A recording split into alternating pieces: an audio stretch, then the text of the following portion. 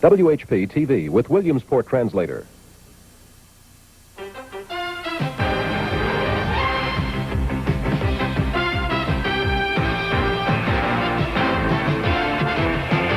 It's week 2 of the Tour de France, and the heat is on. It's anyone's race as Le Tour rolls into Bordeaux. And in the heat of battle, nerves are frayed and tempers flare. Wayne Thomas has also rolled into Bordeaux this week, and he brought with him from Detroit the WBC World Super Welterweight crown. And today, Thomas will defend his title against the punching power of challenger Lupe Aquino in a live 12-round bout coming up on CBS Sports Sunday.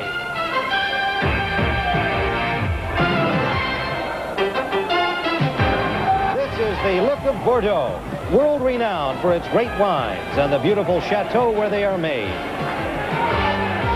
The American tourists are back this summer, enjoying the sights and tastes of La Belle France. And we are happy to be here to share some of those with you on this edition of CBS Sports Sunday.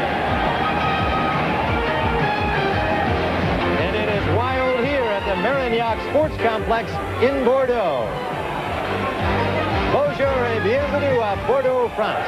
Good afternoon, everybody. I'm Tim Ryan here in a very noisy arena in Bordeaux, France, and we welcome you to the first of 3 CBS Sports Sundays we'll be bringing you from France, and the first of 2 championship bouts dedicated to the memory of the great French middleweight Marcel Cerdan, himself a world champion, who more than 40 years ago died in a plane crash en route to a title bout in the United States. Today, though, 2 Americans have come to France for a world championship bout, but even a world title fight can't get in the way when it comes time to eat over here. It may not be everyone's idea of haute cuisine, but they'll get out the grills and come up with something suitable for the occasion.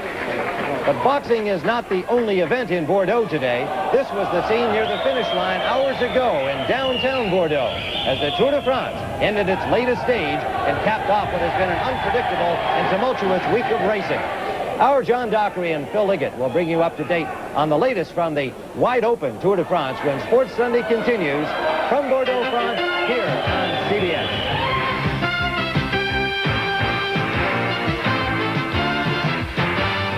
CBS Sports Sunday is sponsored by Bud Light. Everything else is just a light. Kellogg's Corn Flakes. What more could you want from a cereal? And by Kemper and the independent insurance agents who represent us. Once you compare Kemper, you'll ride with us.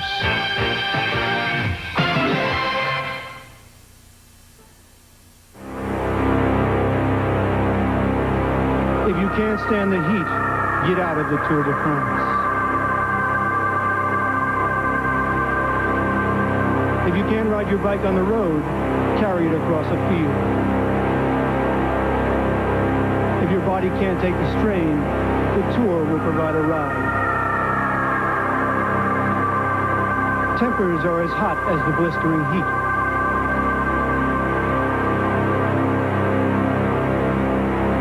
Even the bikes of steel are cracking under the pressure.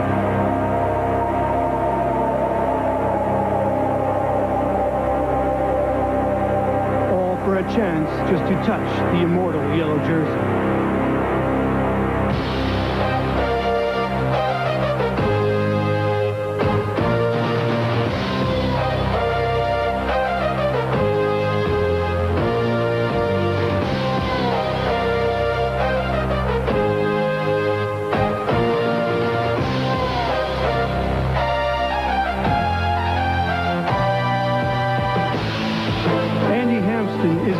With a mission.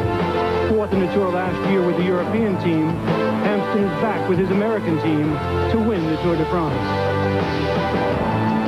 But Stephen Roche, the Irishman riding with an Italian team, is the favorite to wear the yellow jersey in Paris, and he has one of the best teams in cycling behind him.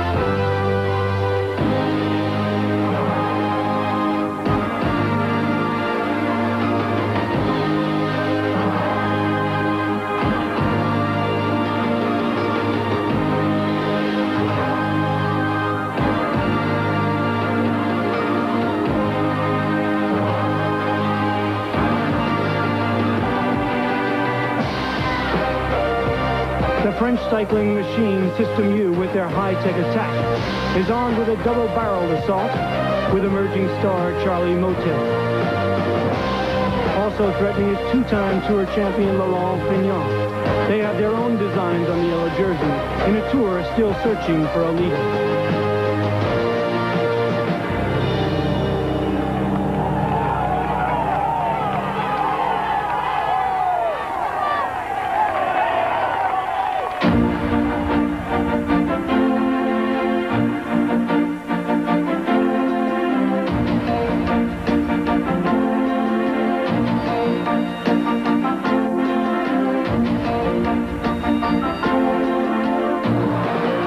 For the fifth straight year, CBS Sports is proud to bring you the greatest bike race on earth. Welcome to the Tour de France.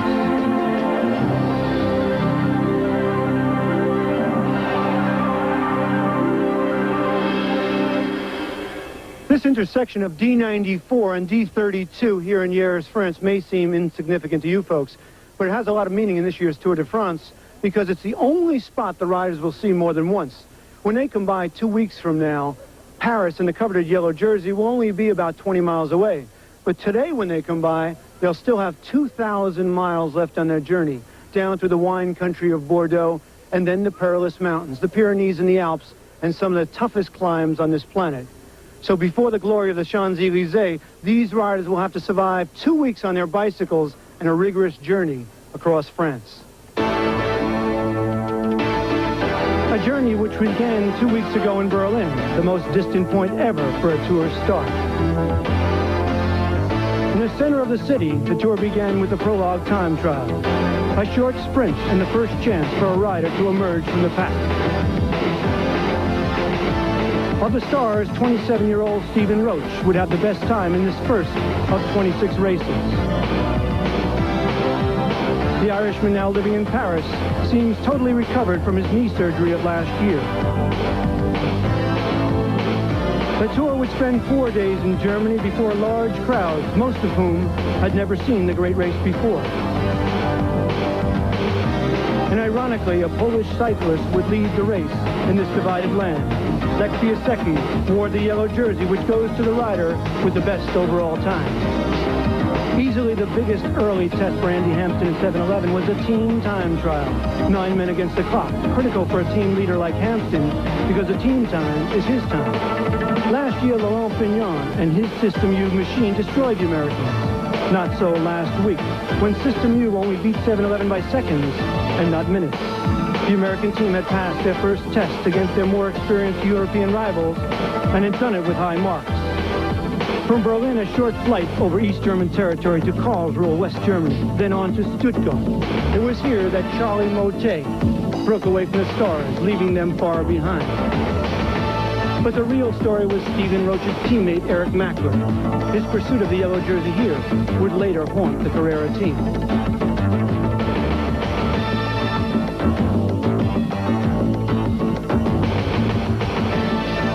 As Eric Mackler headed to the finish line, his pursuers were still out on the streets of Stuttgart among the thousands of cheering crowds.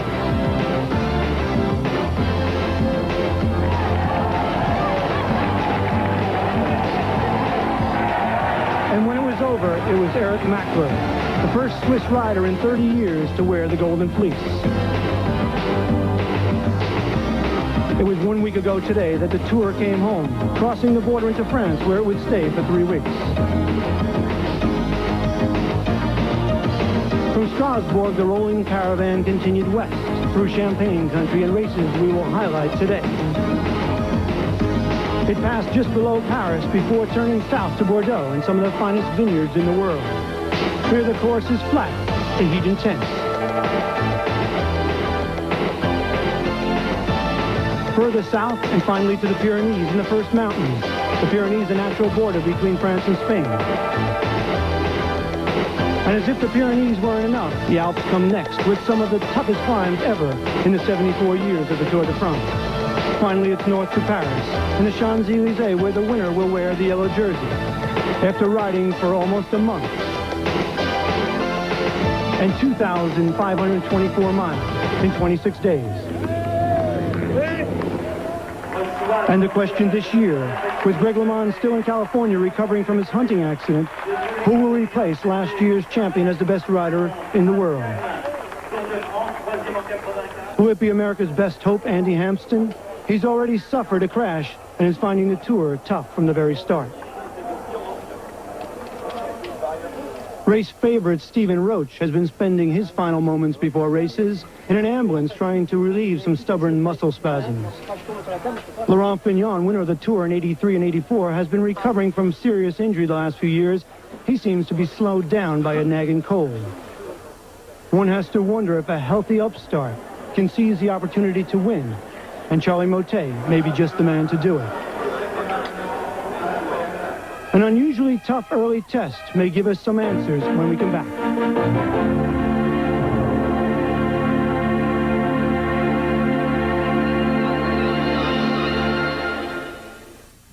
News 21, tonight at 6 and 11. Watch it.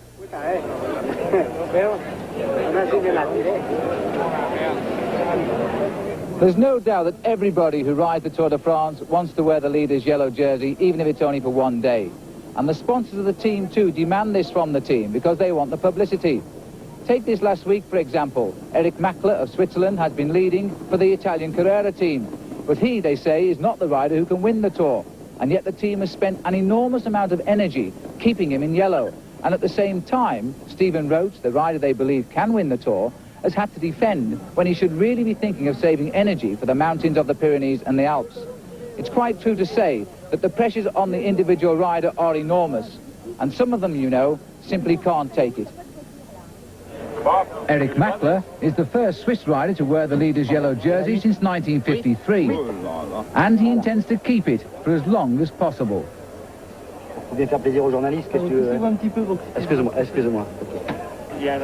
But this may be bad news for Ireland's Stephen Roche, who finds his Carrera team committed to help a man who in the end hasn't the all-round ability to win. How to dislodge Mackler is the question of the day, and plans are made. It's time for Frenchman Charlie Motet, the Tour's dark horse, to come out into the sun. There's also Laurent Fignon, twice a winner, but he's still searching for those halcyon days. Right now, appearances are more important. And there's Andy Hampsten, still seen as the next American winner of the Tour. The thought of the yellow jersey haunts him daily, but it doesn't always show. But on this warm morning, the Tour de France is about to deliver yet another surprise in this intriguing game of bluff. And Mexican Raul Alcala aims to become the name on everyone's lips. And that's because today's stage between Strasbourg and Epinal of 106 miles is mountainous for the first time, and Alcala is a climbing specialist. He joined the American 7-11 team last year, and he's the only Mexican rider ever to ride the Tour de France. It hasn't taken him long to become infected with Tour fever. The only cure is a yellow jersey.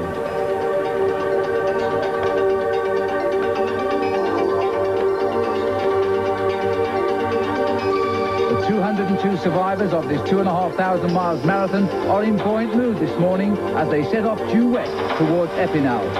After a week in Germany, the Tour has come home.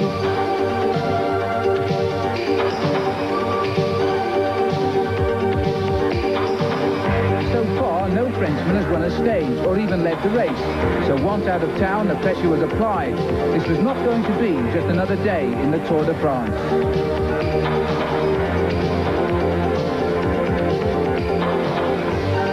Soon after the start, the attack started and the gaps began to open.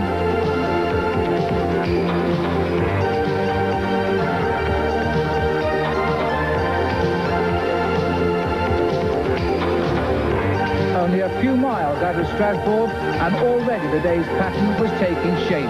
And it would be quite a day in the life of Mexican Raul Alcala.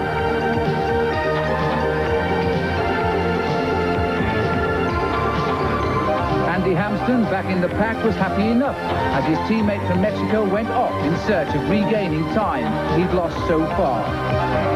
Eric Mackler would need more than just water to keep him cool this day.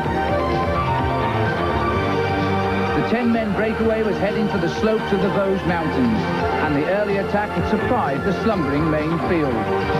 they will pay heavily for their error.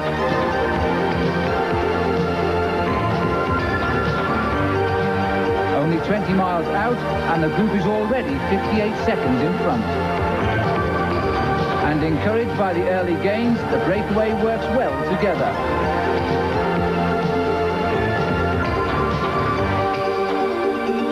But behind for some, there are more important things to worry about, like just keeping up with the pack. Christophe Levan is in the break. He's only 3 minutes 29 seconds behind the yellow jersey. Alcala is next best placed. He's 5 minutes 57 seconds back. It's too early for the man to think of victory. It's just time to keep cool.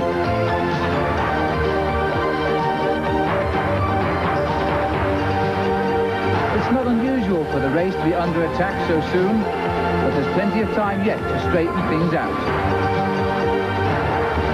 But Alcala wasn't up front to waste energy. He had no intention of losing the advantage the leaders had worked hard for.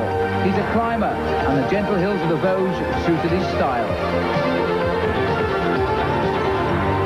Behind, Alcala's 7-11 team have moved to the front with Christophe Levan's System U squad. The strategy was to discourage the pursuit and give the leaders as much time as possible to gain it. Conducting the Tour de France is not always easy, especially when no one is sure now who's calling the tune. Certain now that the attack is a serious attempt to take Mackla's yellow jersey, the Carrera team take up the chase, but no one else is willing to help. That's the penalty when you lead the Tour. Trapped in the field, Mackla has more than just thinking to do now. This is Alcala's second Tour de France, and he's on the 7-11 team to help Andy Hampsten win the race. This is no double cross. It's better to have 2 men near the top than 1.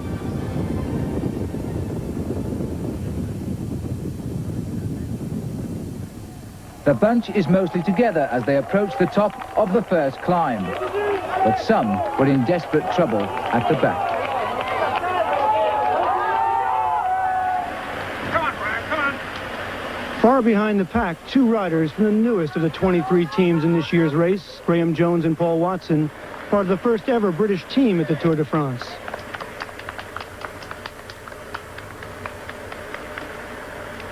And on their very first climb, the British riders suffering 15 minutes behind the pack. This was a controversial journey for the British because many in England believed the British team for the Tour had been assembled in haste. But the British were determined to be here this year to commemorate the 20th anniversary of Tom Simpson's death. The great British cyclist died in the Alps during the '67 Tour. Even a friendly push wouldn't help Watson and Jones make it to next Sunday's memorial service on Mont Ventoux. They would become 2 more victims of the Tour de France. So on the Tour de France's first full day on home soil, it's a Mexican, Raul Alcala, who's giving everyone food for thought. Riding like a veteran of many tours, the normally always smiling Alcala is in serious mood as he fuels up for the crucial miles that still lie ahead. His main rival for the leader's yellow jersey is young Frenchman Christophe Levan, forced to become a professional early because his parents couldn't afford to keep him at home. The biggest fear of Tour riders is to become hungry and see all the efforts wasted. Table manners have no place here.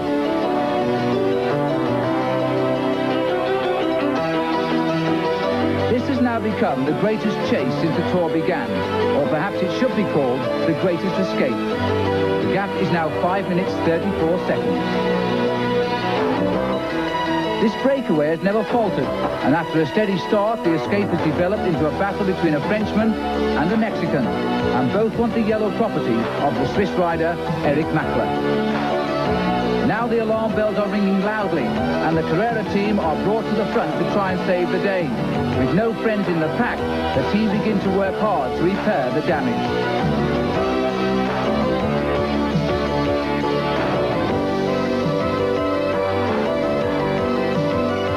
The son of an auto mechanic, Alcala was discovered in a local Mexican race, and he was imported to America to become a professional cyclist. The Carrera team continues to pull together, and Mackler himself is going to have to help if the yellow jersey is to hang on his bedpost tonight. Only Stephen Roche, the team leader, is not helping in pursuit. The gap is now 7 minutes 59 seconds. With such a lead, Leven is the new leader on the road, because he started the day only 3 minutes 29 seconds behind. Alcala is the next best placed. If he could slip Leven, he could lead the race.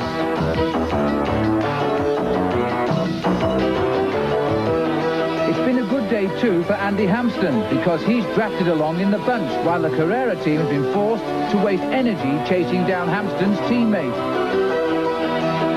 Roche doesn't seem too worried, but it may be Laurent Fignon, another possible Tour winner, who will be having the last lap. He knows it's Roche's teammates who are having to chase down one of his men up front.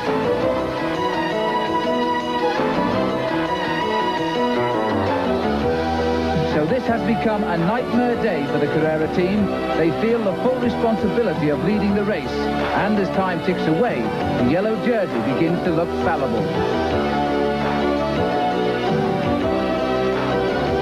You have to wonder now why one team spends so much energy trying to keep the lead when it could cost Roche the race later.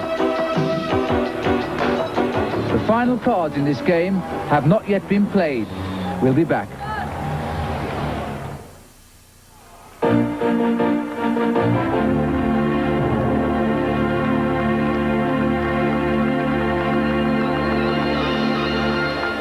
And so, as the Tour de France snaked its way towards Epinal, the Carrera team had at last begun to close in. And this was the signal for Christophe Leven to go ahead of the leading group and bid for the yellow jersey. This was Raul Alcala's only mistake of the day. He should have marked Leven, then he wouldn't have had to chase so late.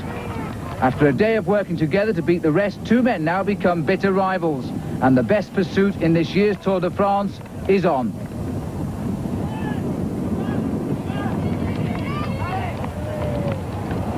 Leven, 23 years old and never a stage winner nor holder of the Golden Fleece, is told of his advantage over Alcala and the field. It's 47 seconds with the pack closing at 4:20.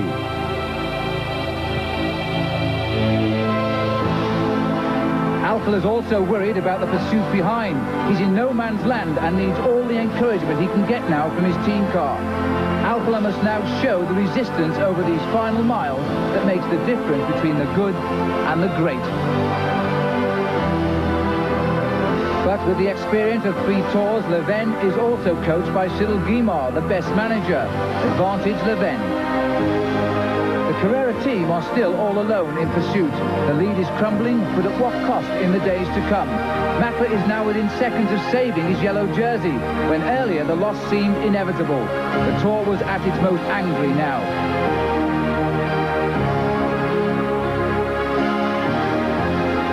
But on the first day of the Tour, on home ground, a Frenchman was fighting for the yellow jersey. What could be better? This was certainly Leven's finest moment.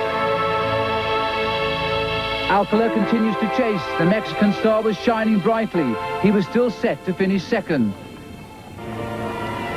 But the Carrera team had closed the gaps, and neither Alcala nor Leven will be in yellow tonight. The Italian team had won the day, but what a pursuit. Then, on the narrow roads approaching the finish, the field crashed. The followers were paying the price for not helping the Carreras. Even Andy Hampsten was down, but unhurt. The delay, however, helped Leven keep up his escape, and Alcala kept his lead for second place. Hampsten fell into a ditch and wrecked his bike and had to look to his nearest teammate, who happened to be Davis Finney. He took Finney's bike, leaving him to take a wheel and rejoin later. Teamwork takes strange turns in the Tour. And now it's Finney's job to catch up, if he can.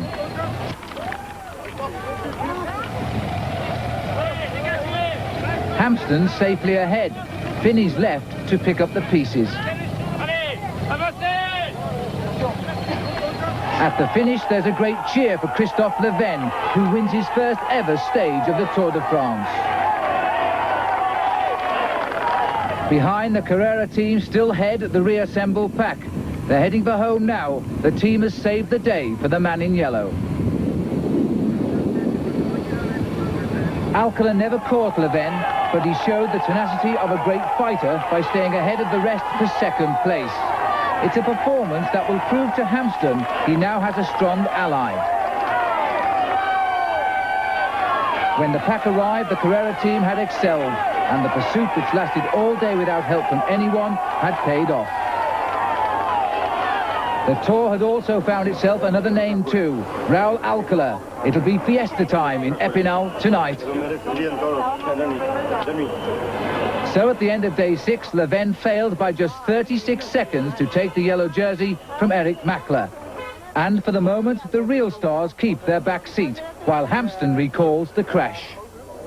It happened real fast, but boy, a lot of people went down. And when I got up, I was pretty confused, just from tumbling around at 30 miles an hour, and I couldn't find my bike, and it was, I was kind of in a panic to get going again. But Davis Finney was right there, so he gave me his bike and shoved me on the way, and then Jeff Bradley brought me halfway up the pack, and Jeff Pierce brought me all the way to the front. And once I got there, Boyer kind of nursed me all the way in. While Hampsten and his 7-Eleven teammates were working to survive crashes, the Carrera boys were loose and happy to have one of their own, Eric Mackler, with the yellow jersey.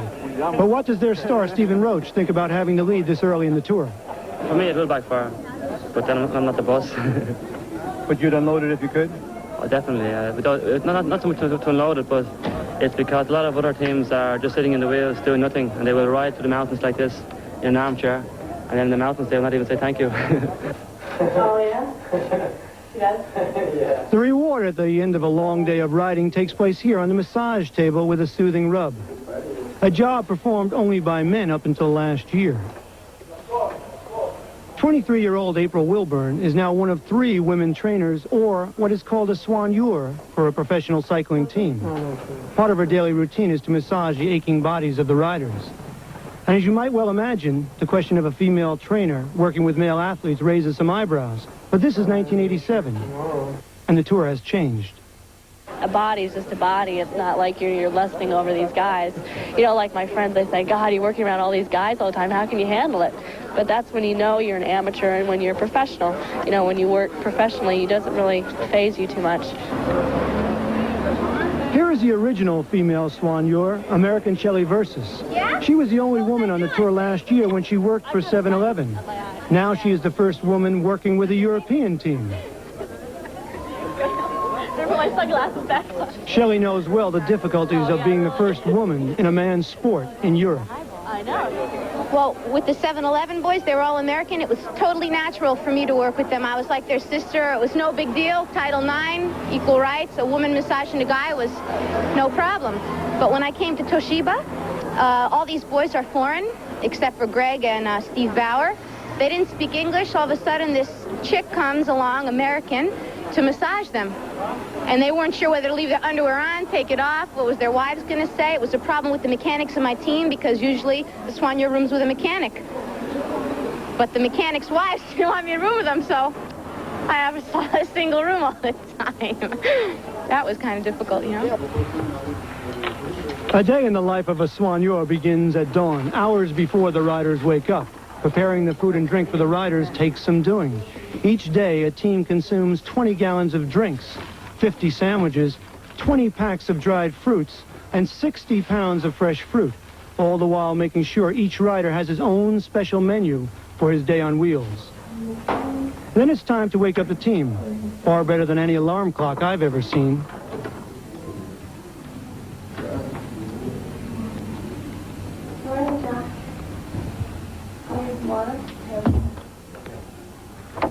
Because of the physical exertion involved, racing teams only once considered men capable of doing this job. First, the cooler goes in the trunk. And then a truckload of luggage. Remember, it's 9 riders on a team in a different hotel every night for 26 nights. And all this has to be done even before they get to the race start, where more work awaits, the little last-minute race preparations and the like. There are other women in unlikely places on the Tour de France, and the number, as well as the acceptance of women, is growing each year. The riders seem to like it, and the race organizers are beginning to embrace the change. Only 4 years ago, women had to hide their hair under baseball caps to disguise themselves while riding in the caravan. Not only there were no women, but they were forbidden. I mean, when a woman was seen in a car, it was a very strong misdemeanor. I mean, it was seen as a big breach of the rules. But now women are very important. As you see that we have a masseurs with the 7-Eleven team, and we'll see more and more of them. I think they are good sport, they are good fun, and they are good friends, and that's fine. The barriers for women are disappearing in the Tour de France, and this is only the beginning of a new era in a race set aside by its tradition.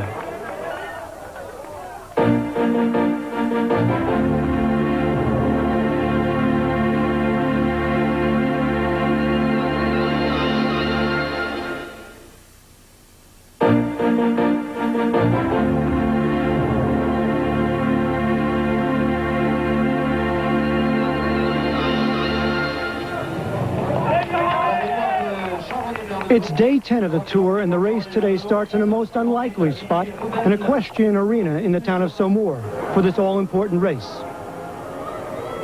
Today's individual time trial is the first real test of this year's race.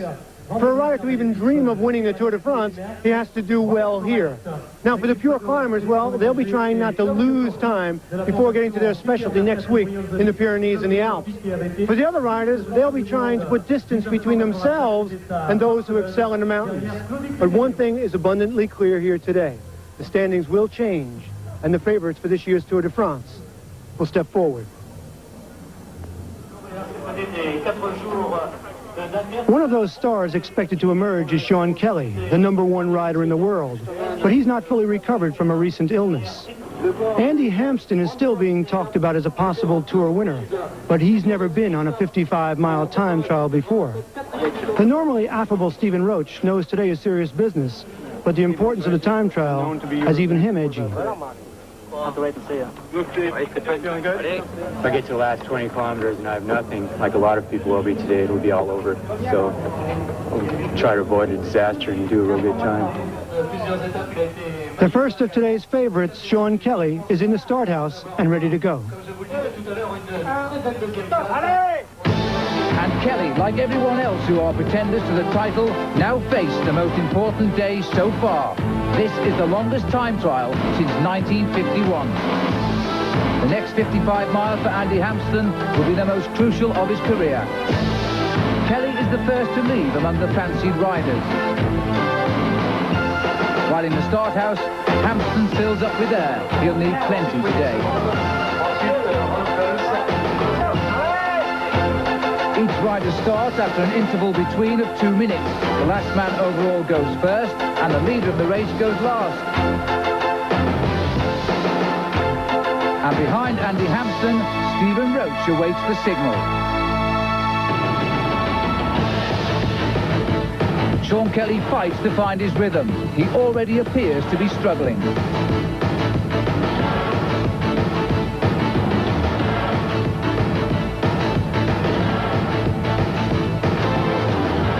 While Hampsten, carrying all the American hopes for victory, quickly settles on his aerodynamic bike. These early miles tell a rider straight away how his body will react to the steady punishment of the race against the clock. But Stephen Roche is a time trial specialist. He is out to impress. This is his big chance. Kelly, his eyes fixed on the road ahead, concentrates hard, trying to shut out the pain of effort as he passes a slower rider who started 2 minutes in front. In the start house is Charlie Motte, France's hope now Bernard Hinault has retired. Hampsten is really a climber, but he can only hope here to limit his losses to men like Roche. Roche hopes to play his first trump card, but the time trial demands so much from a confused body, and Roche is hoping today it will come right. He moves past a teammate, showing why he is the chosen leader of the team. Holding a constant speed of 28 miles per hour is the ability of only a few. One of those is Roche.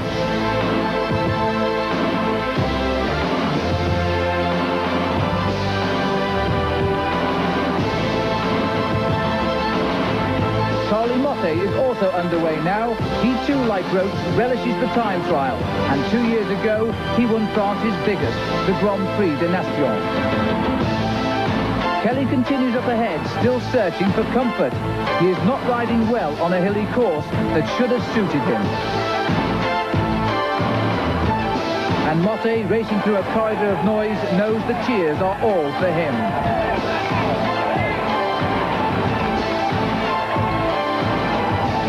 Ploughing his own lonely furrow, Hampsten is losing 4 minutes to Roche, and that's not good. While for Kelly, it can't be over too soon. Hampsten continues with the anxious glance at his watch, showing his concern. Roche is the giant of the time trial, and the time check's showing to be ahead at all checkpoints. The longest time trial ever for Andy Hampsten is almost over, and every second counts as he fights for the line. His time of 2 hours, 4 minutes and 31 seconds is not a great time for a top contender. Hampsten's dug himself a hole he's going to literally have to climb out of in the mountains next week.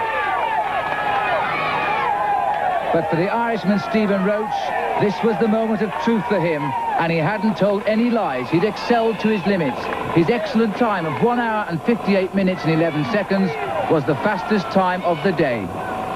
But at what cost to the Irishman? This had been the biggest effort ever for Stephen Roche in a time trial. With this time, Roche had climbed out of the anonymity of the field and up towards the leaders. But it had left its scars, and not just on Stephen Roche. The heat is getting worse and the race is getting harder, but today's been the hardest so far.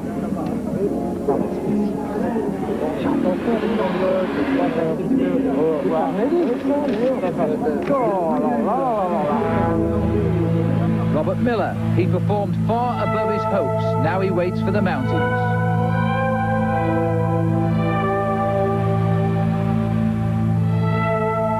But there are others who may never see them.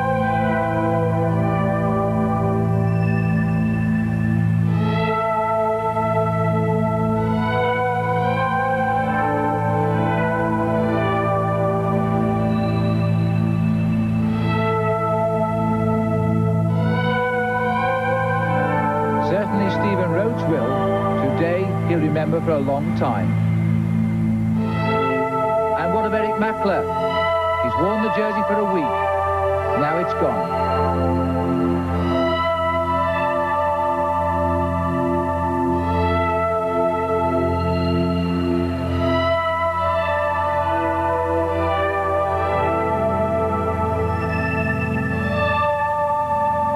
And Raul Alcala, forced to show that courage again after a serious crash that cut his eye and broke his finger. Only Charlie Motte had challenged Roche's time midway, and with a desperate sprint to the line, the Frenchman finished just 42 seconds slower. He's no longer a dark horse for final honours, but a real favourite now. Motte started the day a minute 36 seconds behind the yellow jersey of Eric Mackler. The Swiss finally succumbed to the race of truth, and after 6 days in yellow, Charlie Motte became the new man in the hot seat. So after stage 10, Motte is now the leader, and Roche is making his bid. Hampsten still has a lot of work to do. I'm pretty concerned, just because if I'm climbing really well, I'll be able to make up for it, but I don't like losing time in the first place, so it's not a good situation.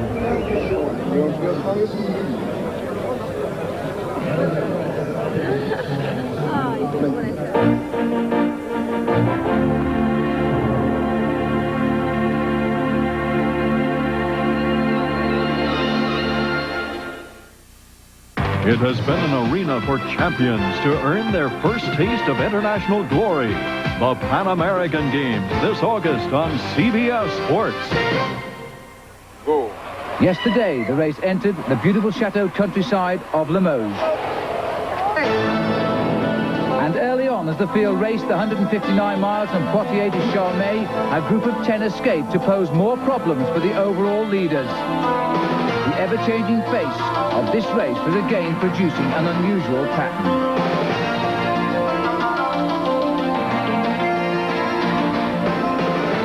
The lead group worked hard, building a lead of 9 minutes as the Limousin hills began to wear down the field, tired from yesterday's time trial that had put Charlie Motte in the leader's yellow jersey.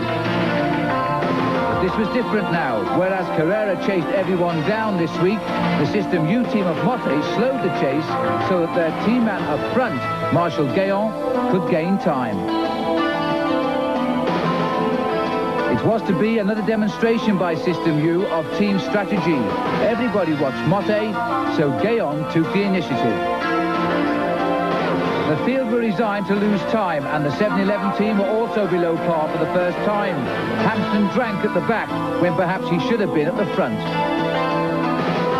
And on this day, Jeff Bradley was being urged just to finish by teammate Ron Keeple. Raul Alcala also faced rehabilitation from Friday's crash in the time trial. Fortunes changed quickly in the Tour, but none quicker than for this man, Marshal Guéant, who left the 10 leaders to win alone and take the overall lead away from his teammate, Charlie Motte. What a race this is turning out to be.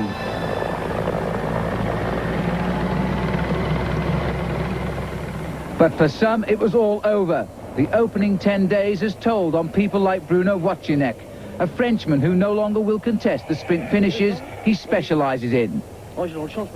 His body cries enough, suffering from a back problem, and there's nothing you can do or say to help.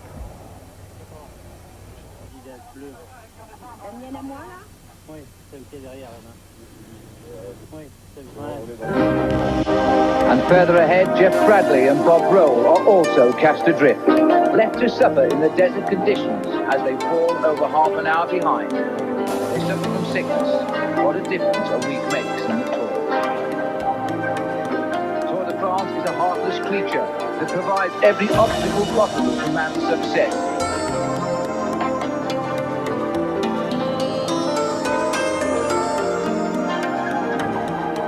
In this hostile world, Bradley waits for Bob Roll, normally the strength of the 7-11 team. Now there's nothing to do but to go on. Bob Roll is ill, and there's no answer to that.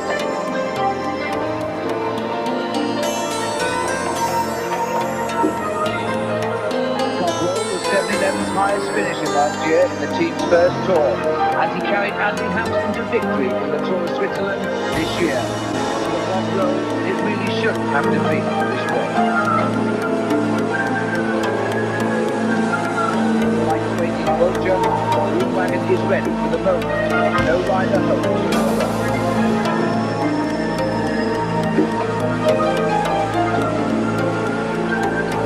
Finally, Roll abandons the Tour de France.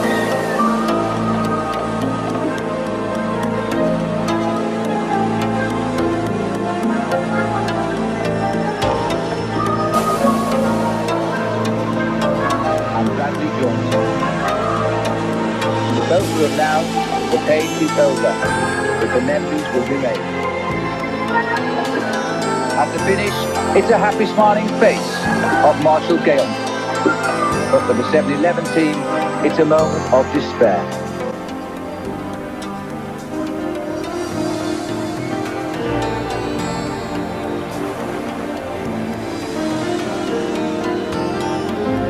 It's not really a bike race though. It's a death march. Today's the first day of it. And the march continues tomorrow into the Pyrenees, where the mountain passes hold the answers to the next chapter of a race with no obvious leader. What chances now for Andy Hampsten? Now his team is down to 7. I don't know, I hate to complain, but everything's coming apart.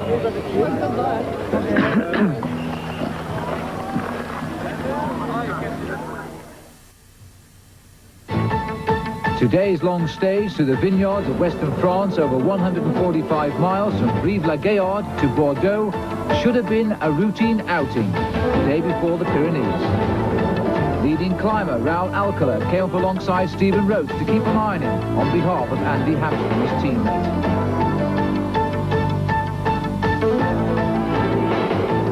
And a day too for Marshal Guéant to show off his new yellow jersey. But further back in the pack, Sean Kelly, the Irishman, who is a serious challenger for this year's Tour, was showing the signs of injury after a fall during the first 45 miles. Kelly remounted in the race, and he pedalled back to the bunch, where he stayed for some 12 miles. But then the pain from an injured shoulder, which is being diagnosed this evening as torn ligaments, started to prove just too much. Kelly was a real favourite for this year's Tour de France, and he refuses to give in. But as the road started to climb, he could not grip the handlebars and the pain continued. Again, his team manager came alongside and asked him to stop.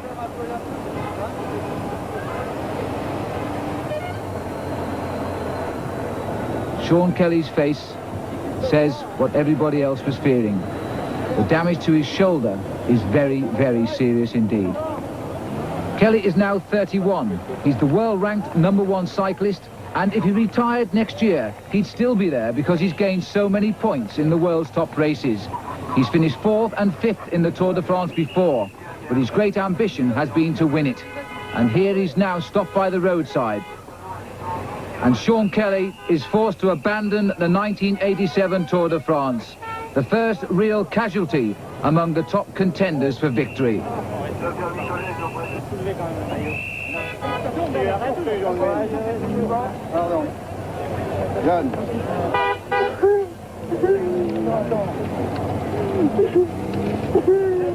You're right, Sean. You're right, boy. You're right, Sean. You're right, Sean. You're right.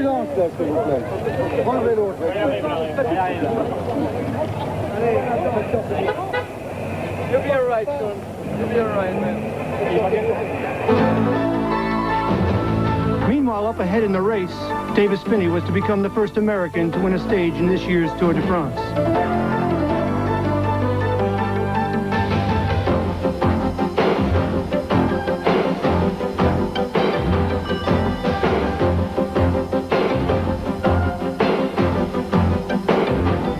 Avoiding the crash, Davis Phinney won it in a sprint to the finish line in Bordeaux ahead of all rivals.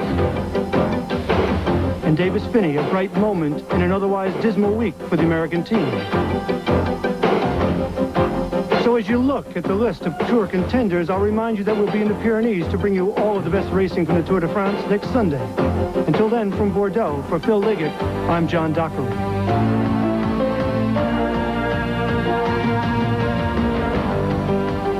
Right now, it's about 11 o'clock at night here in Bordeaux, and the weary racers are sound asleep getting ready for their next stage of the grueling Tour de France. The city they'll leave behind is both beautiful and historic.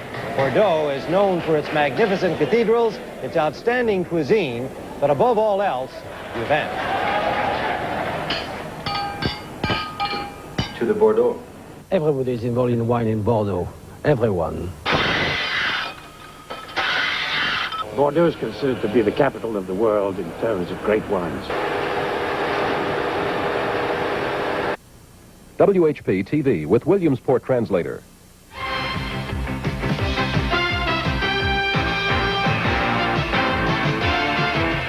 The Tour de France is careening toward its most dangerous and decisive moment. For America's Andy Hampsten, this is the chance to seize control of a race that has already humbled some of the world's greatest athletes. Jose Luis Ramirez also knows his way around France. After 7 straight victories here, the former lightweight champion meets Terrence Ali, who is also head over heels in pursuit of the vacant WBC title that will be awarded today on CBS Sports Sunday. Picturesque Saint-Tropez, the jewel of the French Riviera, and the home of some of the most beautiful beaches in the world. And some of the most beautiful bodies in the world as well.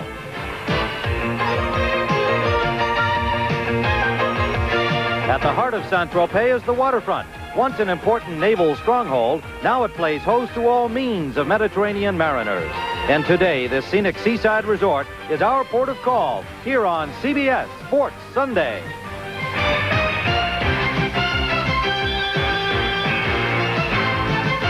Bonjour and bienvenue à Saint-Tropez. Good evening, everyone. I'm Tim Ryan here in Saint-Tropez, and welcome to another in our series of CBS Sports Sunday telecasts from France, and the second of our live championship bouts dedicated to the memory of the late, great French middleweight Marcel Cerdan. Well, last night there was a fight back home in the United States, the WBA Junior Middleweight Championship. The champion, Mike McCallum, defending his crown against Donald Curry. Now, Curry was favored to win this fight. However, the champion looked great. He stopped Curry in 5 rounds. Well, today we've got a live championship bout of our own. The vacant WBC lightweight title is at stake.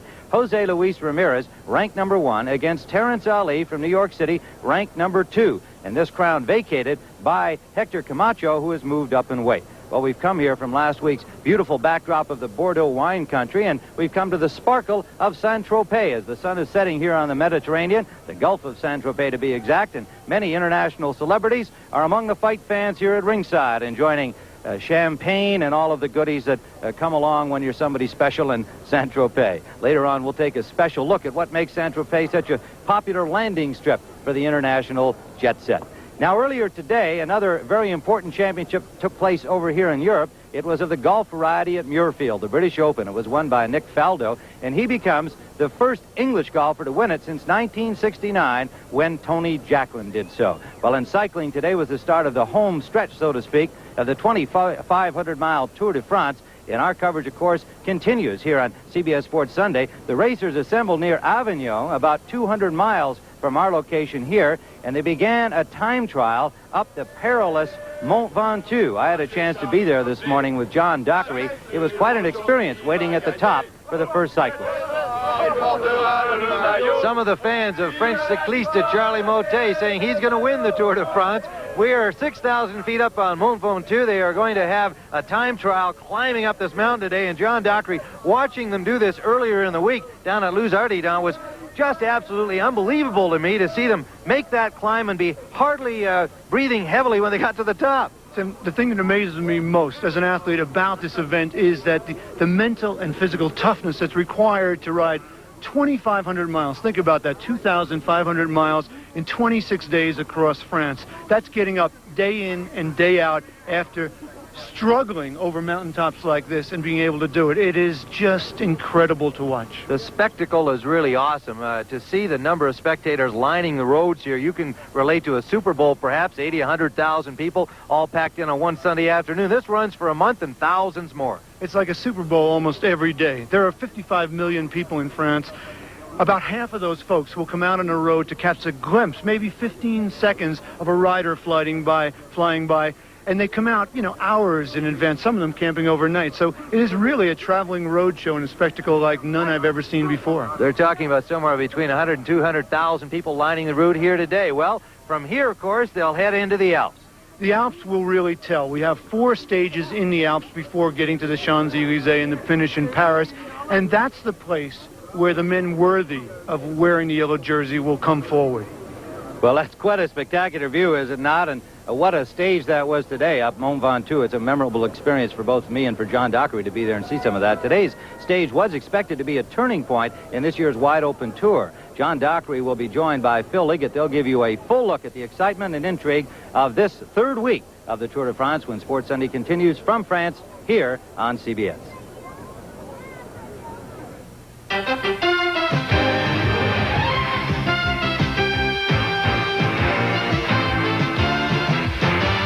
CBS Sports Sunday is sponsored by Bud Light. Everything else is just a light. Micotin. It cures athlete's foot. Step up to the mic. And by Kemper and the independent insurance agents who represent us. Once you compare Kemper, you'll ride with us.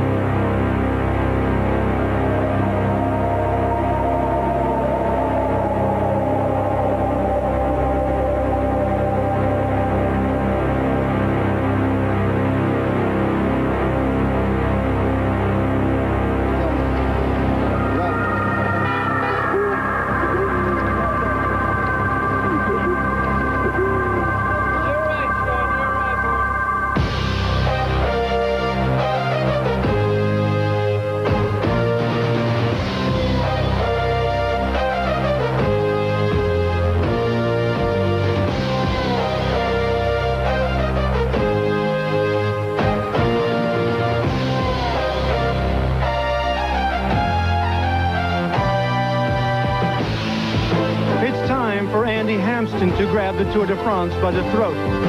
It is time for America's Hope to take charge of a race searching for a terminator. Hampsten's first lieutenant, Raul Alcala, is now a threat to win himself. And Delgado Lawrenson has exploded onto the scene as 7-Eleven has taken the continent by storm. Irishman Stephen Roche is still the race favorite, but is the pressure eating away at his nerves? The yellow jersey, the rider with the best overall time, belongs to Charlie Motet of System U. But two-time Tour champion Laurent Fignon still leads the Tour's most dominant team. In the Pyrenees, the Tour de France turns from a bicycle race into a spectacle. A drama being played out before hundreds of thousands of spectators. Out of the shadows of these mountains, the upstart Colombians, led by Luis Herrera, have emerged as real contenders with the ability to dominate this race. The Pyrenees is the place to take the offensive. I think people will be attacking. I think the Colombians will be pushing it. And I hope it explodes. But I hope I'm on the right exploding in.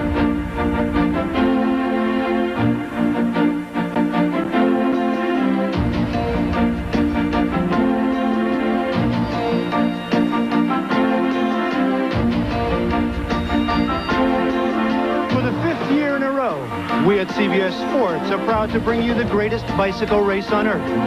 This is the Tour de France.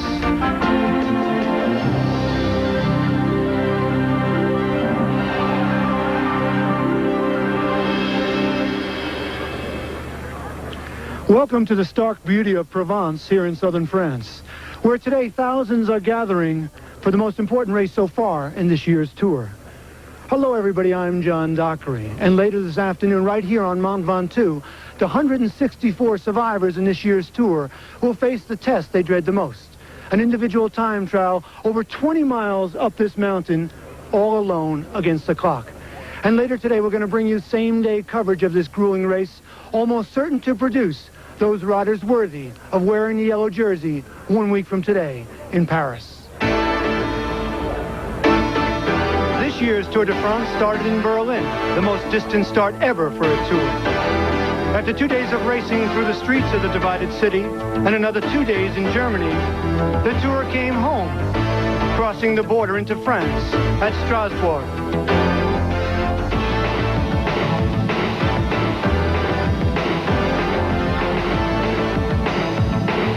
From Strasbourg, the riders headed west across Champagne country, where scorching heat was a common enemy. But for Tour favorite Stephen Roche, his problem was not just the heat. It was also his team working hard in sizzling temperatures to protect the yellow jersey worn by Eric Mackler. After all, weren't they supposed to be working for Roche? The big surprise of the early going was Mexican cyclist Raul Alcala. Riding for the American team, he would be a valuable ally in Andy Hampsten's bid for the yellow jersey. The Tour then headed south, where Andy Hampsten would face his first real test, an individual time trial. It was a disappointment, but still Hampsten remained in contention. But he was no match for Irishman Stephen Roche, who solidified his status as the man to beat in this year's Tour. 7-Eleven's Delgado Lawrenson was a surprise, placing much higher than expected, giving the American team another weapon in their growing arsenal. But when it was over, System U's Charlie Motet, with a second-place finish in the time trial, wore the yellow jersey because he had the best overall time thus far. Then it's south into wine country, where System U maintained control of the pack. Team leader Laurent Fignon had taken on a new role, the protector's role, on a team so dominant that it could put even a domestique like Marshall Guyant in the yellow jersey, if only for a day.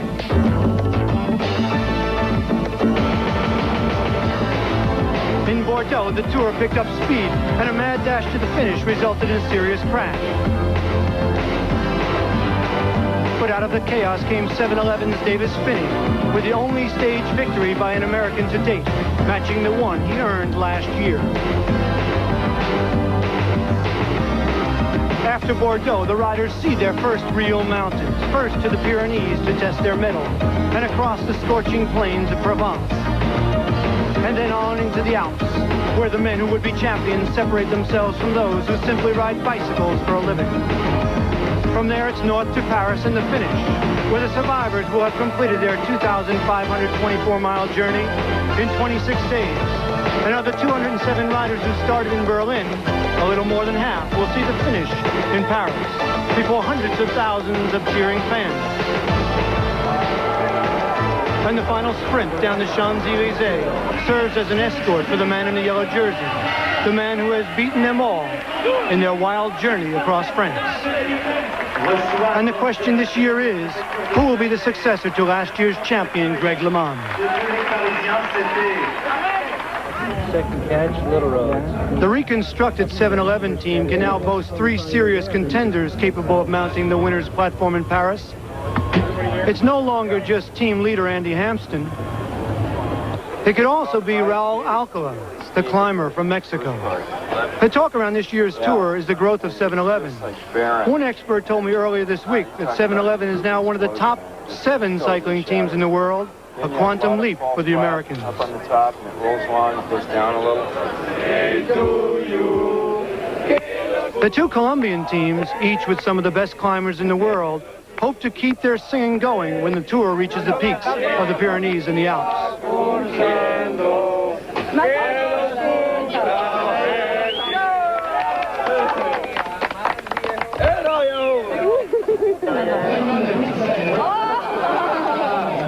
But Stephen Roche still remains the most watched racer in this year's tour. The Pyrenees are next.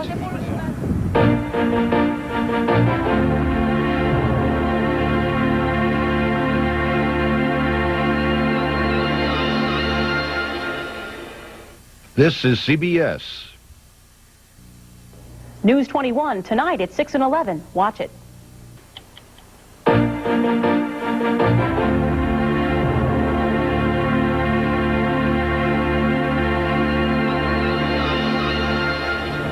For the last 1,200 miles of the Tour de France, the people have lined the route expecting to see an obvious leader of the race, and it hasn't happened. You know, as we enter the Pyrenees, there are still at least 10 riders who can win this Tour de France. That hasn't happened perhaps in 40 years. You've always had an Eddy Merckx or a Bernard Hinault, or indeed last year's winner Greg LeMond, as obvious chiefs of the pack. Well, the Pyrenees normally are great levelers, but the way this Tour de France is going, it really could only add to the confusion of a very mysterious tour.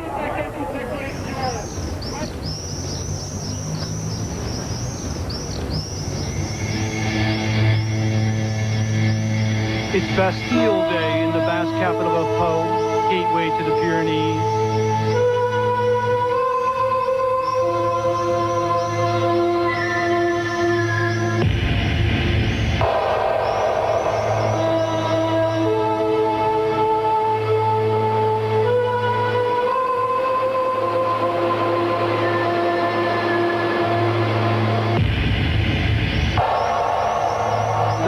Serve as a reminder, a warning, to abandon all hope, ye who have come to the Pyrenees.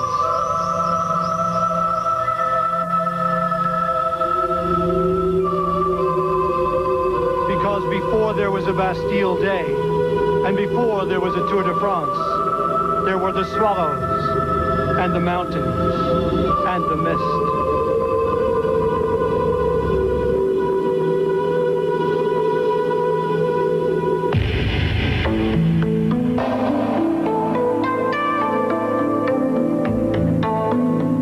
Something in the air. It's also in the eyes of the riders. Is Stephen Roche saying hello or goodbye?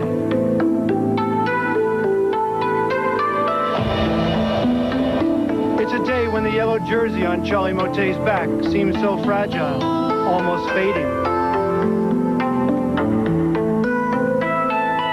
And Jean-Francois Bernard, even more distant than usual, as France awaits his greatness.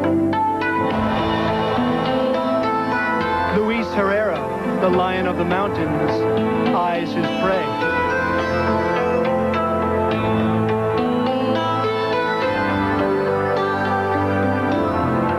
And Andy Hampsten awakes to the nightmare which lies ahead. From Oh, it's 103 miles over 2 major climbs to the mountaintop finish at Limousin. A critical test for those expecting to win this year's Tour de France. A lot of people are scared. I'm going to follow everything today and see what happens, and then at the end really open up. And he's going very good also. I think he's just waiting for the moment to come. No, there's no excuses today. This is where it's going to happen.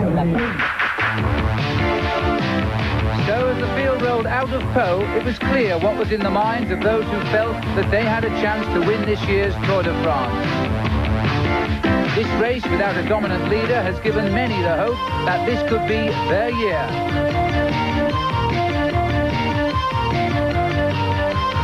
The mountains should confirm or destroy those hopes. Pau is the gateway to the Pyrenees, which borders France with Spain, and the route last Tuesday weaved an evil thread as it climbed to the summit of the 5,600 feet Obisque mountain. From there it descended until the much-feared Sting in the Tail lifted the riders right back up to the same height and the finish at the ski station of Lutz-Ardiden.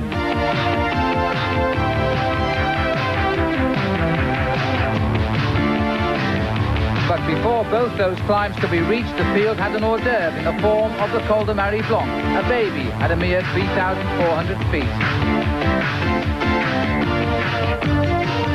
Davis Finney, winner at Bordeaux last Sunday, was soon attacking, hoping to make gains before the mountains began. While behind, the two Colombians, Wilches and Herrera, were being shadowed by Andy Hampsten, who feared them.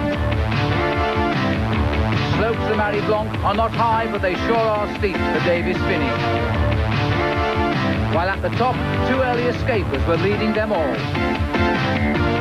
Tightly bunched together pack, all the favourites continued their nervous game of man marking man. Finney continued to tire, but still made it across the top of Marie Blanche, the first major climb, with two more still to come. Finney led the pack by about a minute, and on his descent pursued the leaders. Behind, the main pack stayed together, with the stars keeping an eye on one another. Here, some of the riders took time to place a newspaper under their shirts to prevent sweat from turning to ice on their way down the mountain.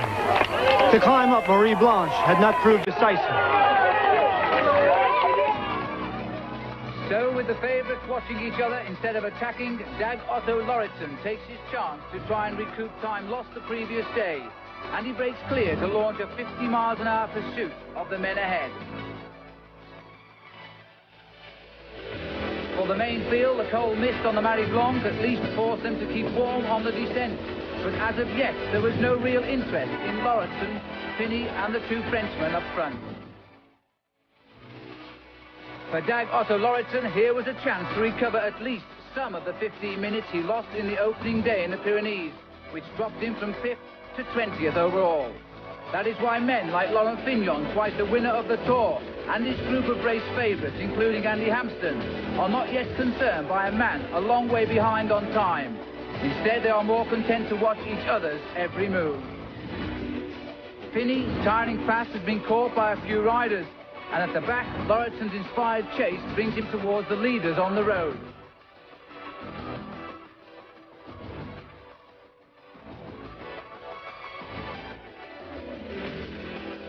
And dancing onto the lower slopes of the Obisque mountain, Andy Hampsten controls the main group of riders, who still are unconcerned by the Lauritsen attack. After all, this climb goes on for 10 miles. But ahead, unfashionable Frenchman Thierry Claverola, who seeks only a single day's glory and who broke away at the start of the day with Davis Finney, was now ahead alone, trying to be the first over the Obisque. But behind, the Norwegian member of the American 7-11 team was building his confidence in a small group, and he looked good.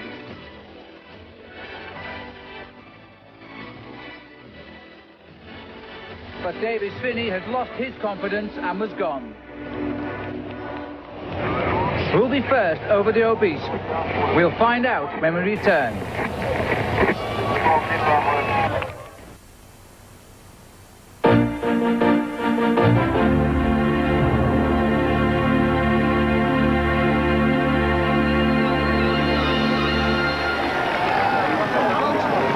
So it was was Thierry Claverola, a man who has no chance of winning the Tour de France, who crosses the top of the Col d'Aubisque mountain first, to a great ovation from the French public. And chasing him up the climb was Dutchman Teun van Vliet, a man from the lowlands finding his wings in the Pyrenees. The Dutchman was excelling, and it was hurting as he chased Claverola. But Lauritsen has been caught by all of the race favourites, including Andy Hampsten and Stephen Roche. And at the back, the yellow jersey can be seen of Charlie Motte. Ahead, Van Vliet has joined Claverola. Now there are two in front.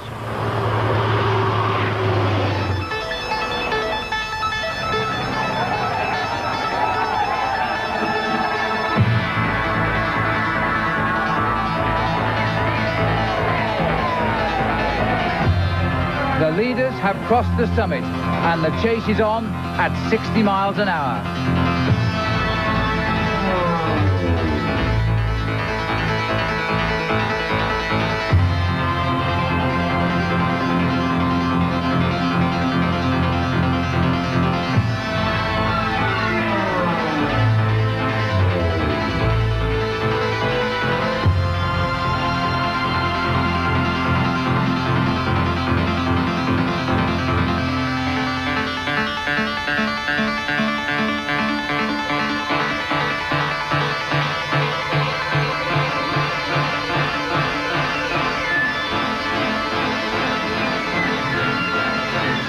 So the riders descend from the misty heights of the Aubisque, and very shortly they'll face the climb up towards the finish at Loups Ardennes.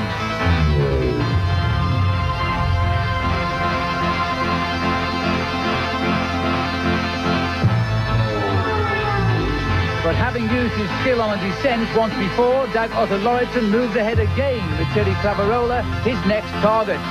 Lauritsen, riding with grim determination, catches the tiny Frenchman and then begins to concentrate on catching the Dutchman, Teun van Vliet, who is out front alone. Lauritsen, an Olympic bronze medalist in Los Angeles in 1984, was now on an inspired performance again. Suffering like never before, Van Vliet was trying to lead all the way to the mountain at Loups Ardennes. It was his big chance to escape the favourites. But the chase behind by Lauritsen was merciless as he stoked up for the long pursuit in no man's land. He was behind the hound, but in front of the pack.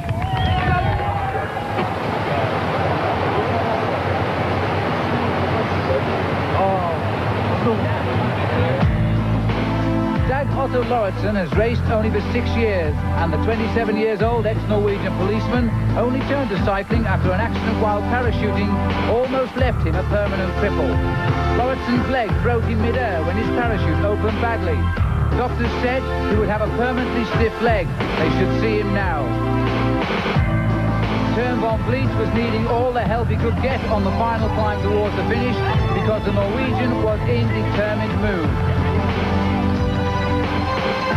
Until this year, Dag has raced only on European teams, but he was hired by 7-Eleven to help Andy Hampsten win the Tour. He says he's at home with the Americans.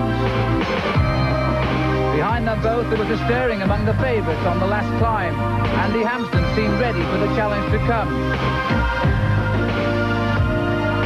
But was Robert Miller from Scotland, who has won twice before in the Pyrenees in years gone by. He was anxious to prove he was a contender for the whole Tour. A rider for only 6 years, Lauritsen can hardly boast a wealth of experience. Yet, on the toughest day in the Pyrenees, he continues to chase his quarry down. This was only his second Tour de France. It was certainly going to be his best.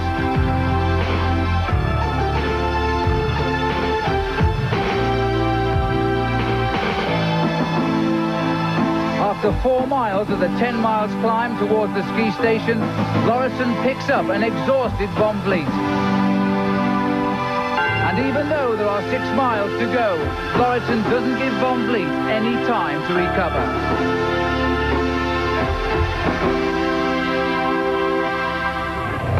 And further behind, Andy Hampsten is trying to apply the pressure, but the anticipated battle is not materializing.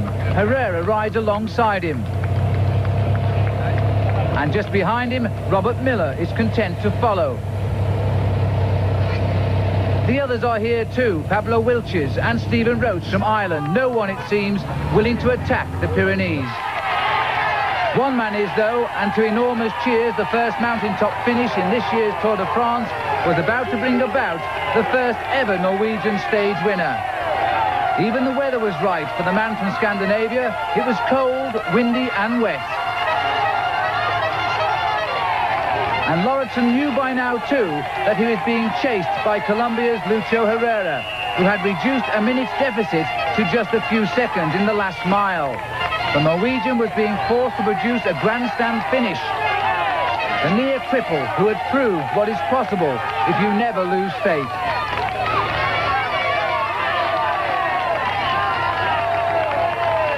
Lauritsen succeeded in his stage win, but what's the picture? Herrera wasn't far behind.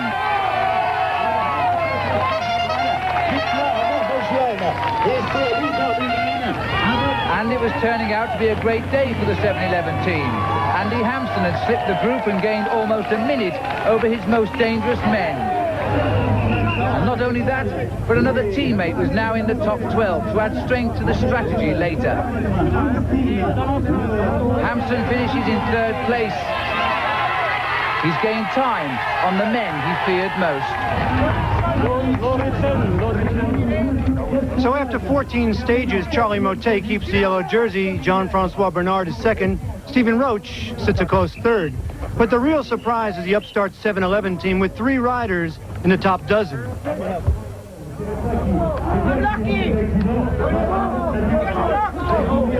Lauritsen and Alcala now provide a diversion to those waiting for Andy Hampson to make his move.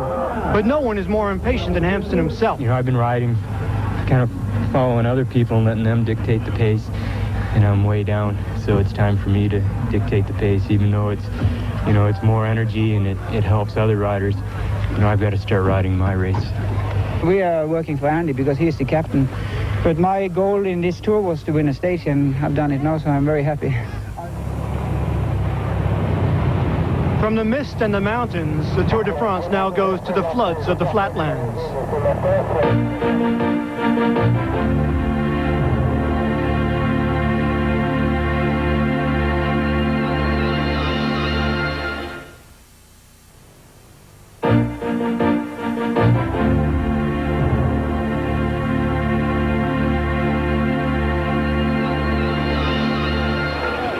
Every day throughout July, there's a whole team of workers putting the Tour de France show on the road. And that means you've got to also take it off again. Teams of workers suffer pain like the riders as they fight against time to erect and dismantle the installation that makes this the most completing sporting road show. Another team sets up the new start venues every day. While oblivious to the long hours spent working through the night, the yellow jersey rides in to make it all worthwhile. He's the reason for the Tour de France. For everyone, another long day is about to begin. You know, 1 hour before the Tour de France starts every day, the organisation provides free of charge for everybody, the riders and the journalists, a breakfast. And you have a typical French breakfast of croissant, coffee, cereal, and of course a delivery of all the day's newspapers. It really is a most leisurely beginning. But for me, in an hour's time, I'll be in the backseat of a car, travelling at 60 miles an hour in luxurious circumstances. But for the riders, for them, they'll be back in the saddle for yet another very hard day.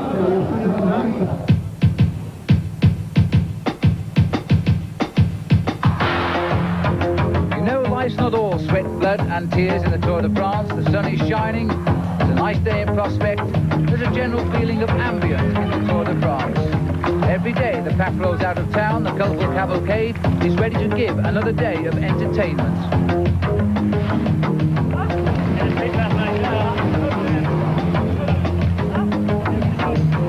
Time to laugh off the wounds of the race so far.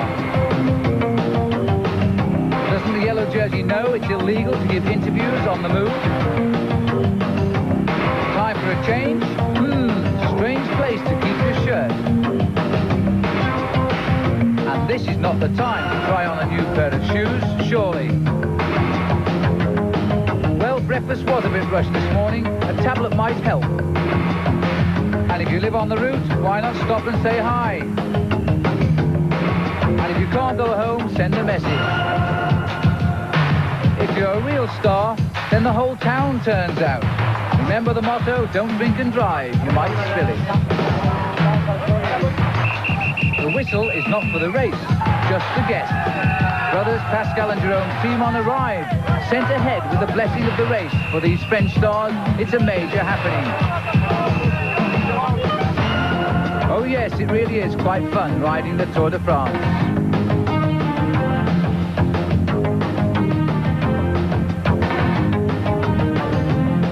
After all, nobody ever really races in the morning.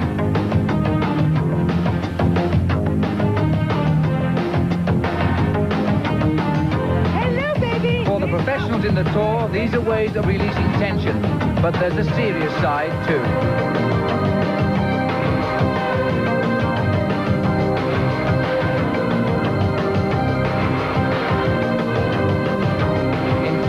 Ditches are everywhere, and riders seem to find most of them. After breaking it, you've got to fix it, but on the move. There's no time to stop. But if everything else fails, a new bike is the only answer. Lunch is taken at a snatch, and if you miss, you'll be hungry later. There's no time for French etiquette either, just get it down.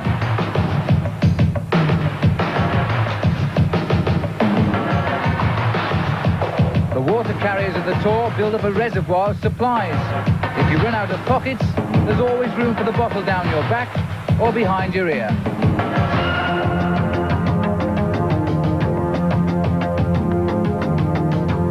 Just remember, what goes in, it's enough to make the sunflowers blush, but not enough to stop them watching the Tour pass by.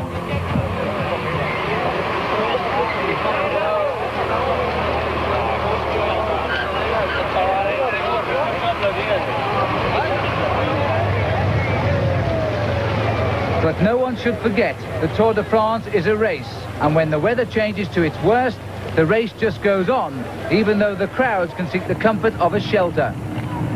After 2 sunny weeks, the Tour de France has run into its worst weather for many, many years. The leaders cannot afford to make mistakes. In these conditions, anything can happen, as the torrential rain makes the roads treacherous and the riders more conscious of survival.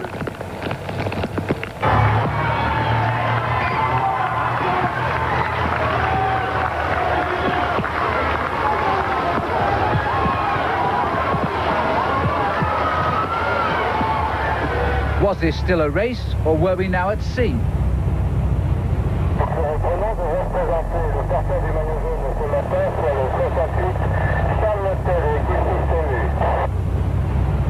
When the road has disappeared between 12 inches of water, one wishes they could walk on it.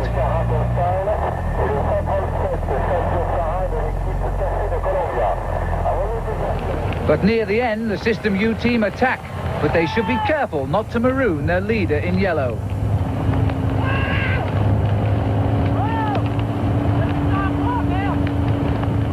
But whatever the dramas are during a day in the Tour de France, one thing is certain, the finish line will not come soon enough for many of the riders who make the Tour de France something quite special.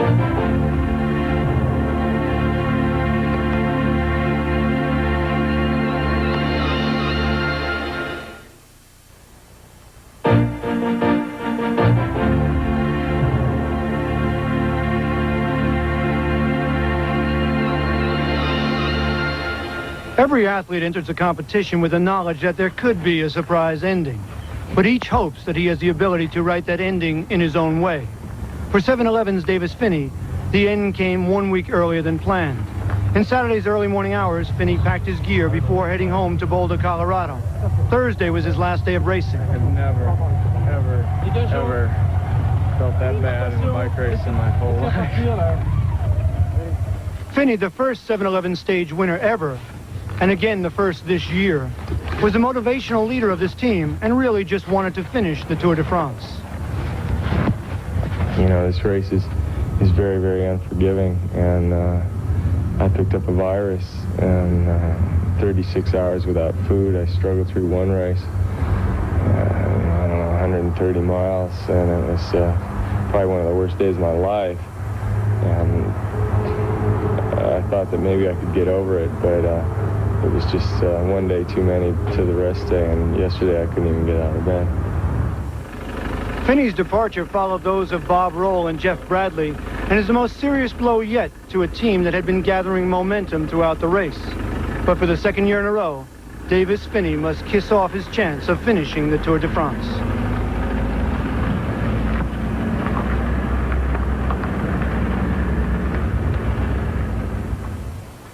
But the final stories of this year's Tour de France have yet to be told, and the ominous face of Mont Ventoux, where today the fate of the Tour might be decided, also brings back memories of a tragic Tour 2 decades ago. Here's Phil Liggett. 20 years ago, the Tour de France wrote one of its saddest chapters of its history. The great British cyclist Tommy Simpson died here on Mont Ventoux in the heat of the Provence summer. This is a barren mountain. Normally it's covered in snow throughout 7 months of the year. But at this particular time when Tommy died, there was a reflected heat of 150 degrees. Simpson was a kilometre from the top of the mountain when he was seen to zigzag across the road. Then, as he fell off his bike, the helpers came up and he said, "Put me back on my bike," and they did so. Within yards, Simpson fell again, and this time he died. Tommy Simpson was the greatest British cyclist ever. He's still the only British rider ever to have worn that leader's yellow jersey. The Tour de France will remember him forever. This year, Mont Ventoux is back in the race for the first time since 1974 for a time trial. It'll be a crucial part of the Tour, and it should write another chapter of this amazing race's history. And this is Mont Ventoux today, the unhospitable mountain waiting for the early arrivals in today's 23 miles time trial that is certain to provide a major turning point of the Tour.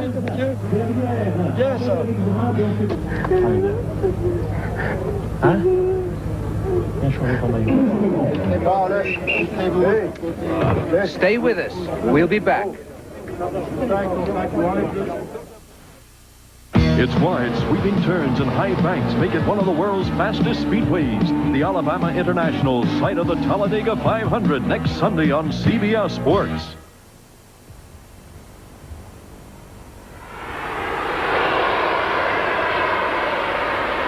Dawn came over the flatlands of Provence in southern France today, and in the distance, the mountain that is to play a crucial part in this year's Tour de France.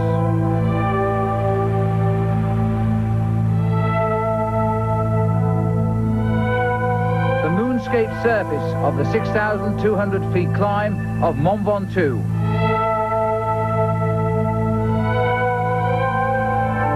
At the top, everything is ready for the torture chamber of the Tour de France this day.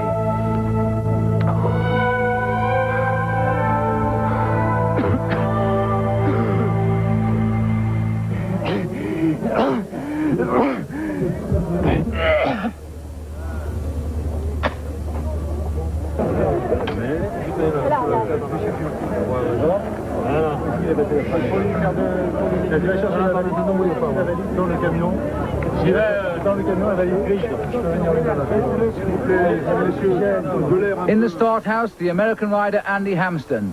He comes here 7th overall in the Tour de France. He must excel this day if he is to go into the final week a contender for victory. 5, 4, 3, 2, 1, stop!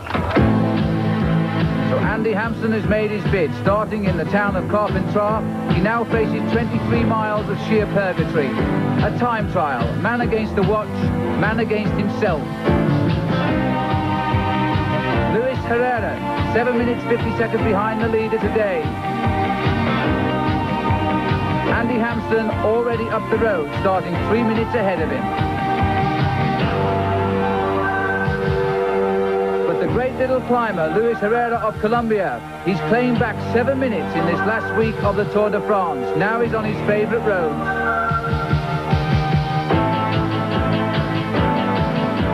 Raul Raul Alcala, another man who's shown so well in the mountains, waits for his start. Out in Carpentras now, on the way towards Mont Ventoux, Hampson makes his progress. While behind, it's Luis Herrera who chases him. Inch by inch, he closes in. Back in the start house, Stephen Roche, third overall this morning, thinking of the yellow jersey. And already beginning to show signs of faltering today, Hampson begins to suffer. And the same applies to Raul Alcala, the little Mexican.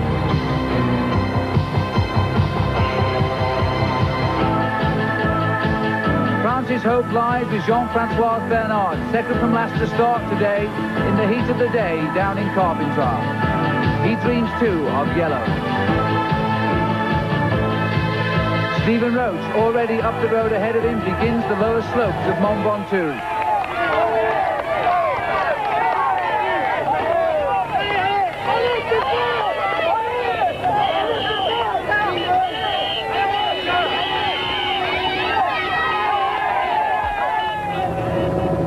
And there, Mont Ventoux awaits, its barren countryside looking down on the valley below, where this drama is now being enacted. And Andy Hampson is showing the pain of carrying the pressures of trying to win the Tour de France for the United States.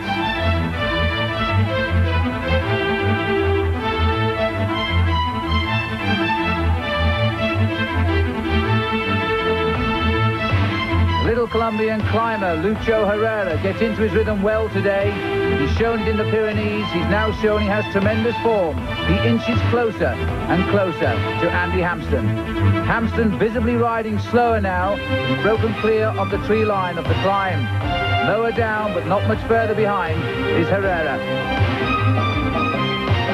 And then Herrera has Hampson in his sights. And the gap is closed shut. 3 minutes made by Luis Herrera at a most crucial stage of the Tour.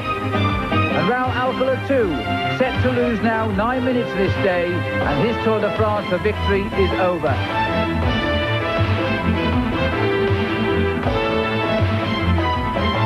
The moment of truth for Andy Hampson.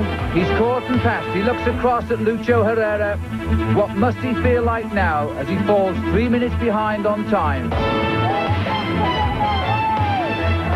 For the Dublin rider, Stephen Roche, there's still plenty of hope. He's riding within himself on the barren slopes of Mont Ventoux in the heat of mid-afternoon sun. But for Andy Hampson now, climbing towards the summit, over 3 minutes lost to Herrera, he must ask himself now if his Tour de France is over.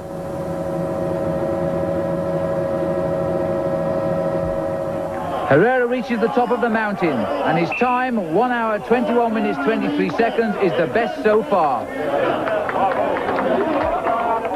Lower down, Hampson even has to give way to the team cars. But through the corridor of crowd now, the crowd cheers Stephen Roche. He's married to a French girl, and they cheer him all the way up. But there are no such cheers for Andy Hampson. His time is 4.5 minutes slower than Herrera's.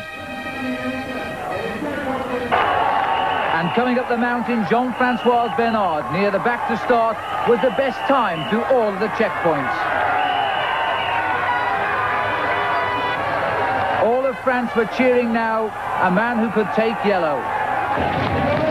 At the summit of the climb, Stephen Roche finishes with the excellent time of 1 hour, 22 minutes and 3 seconds. He's still in contention. And the last few yards now for Jean-Francois Bernard, the man they used to compare with Bernard Hinault, and he said they were all too soon. He wasn't ready yet. So Bernard came up to the finishing line here on Mont Ventoux at 4 o'clock this afternoon to win the 18th stage of the Tour de France and take the overall lead. But for Andy Hampson of America, he sat in his car and reflected on what might have been, because this day he seems to have lost the Tour de France. And after 5 days in the yellow jersey, Charlie Motte finishes 9th this day and loses his yellow jersey to Jean-Francois Bernard.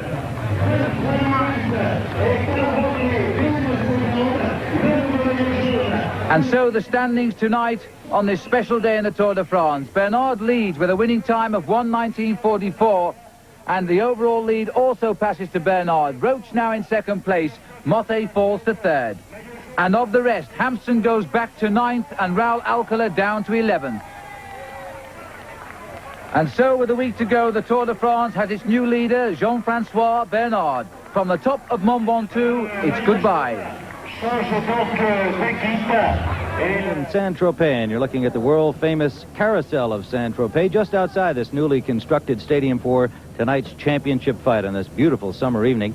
And you're looking inside the stadium now as it's constructed, and we're sitting in the so-called champagne section. We haven't seen any of the bubbly yet. But This is your Philly station, WLYH TV 15.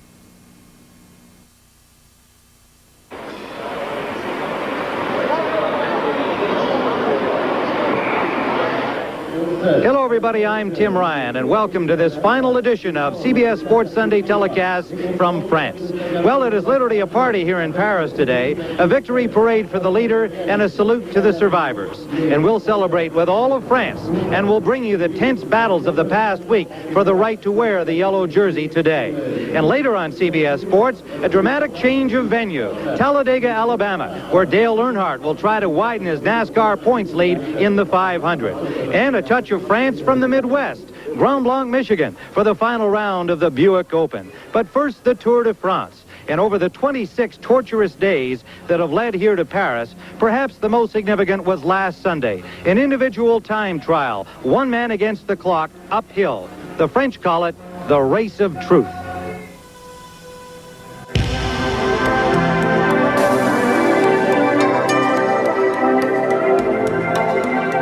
It's only a mountain, one of many you can see on this French country morning. But for 171 young men, it would be a place where they would dare to ask themselves the question of greatness. This mountain where 171 came willing to pay perhaps the final price for their quest.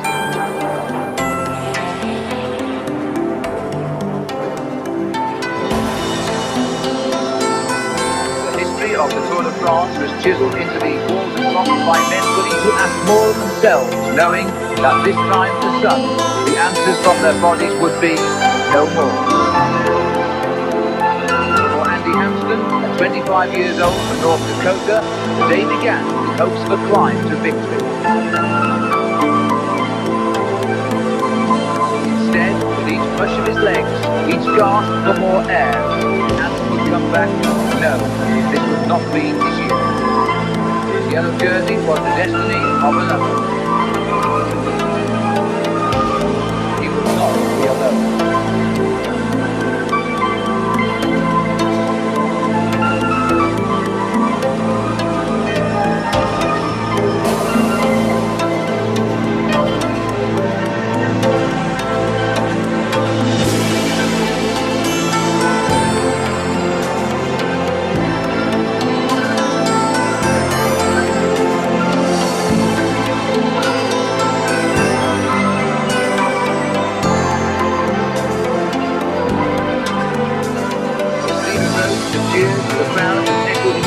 To the mountain. As a 7-year-old, he earned the money for his first high school by sweeping down the floor. Today, he was flying down to the track in the mountains of power. How high, how long, how fast.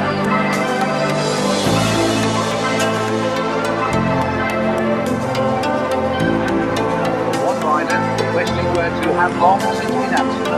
Pedro Delgado's quest for glory had been answered so thoroughly in the past by close finishes and personal tragedy.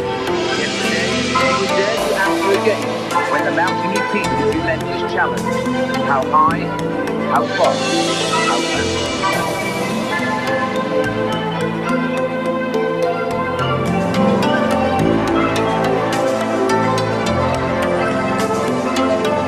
Jean-Francois Bernard would face his fate, carrying the heaviest load of all, the third of a nation longing for a hero. Not just any hero, but one would fit the classic mold of the great Bernard Hinault.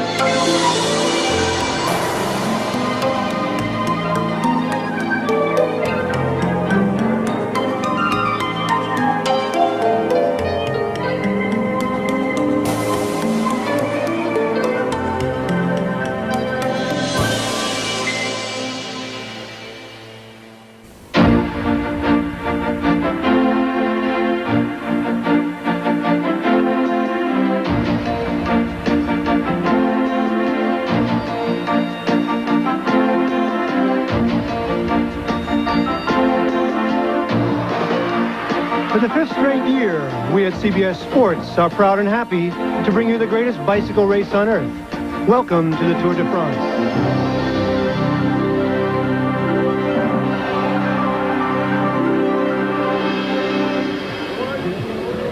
Paris, the city every rider in the Tour de France dreams of.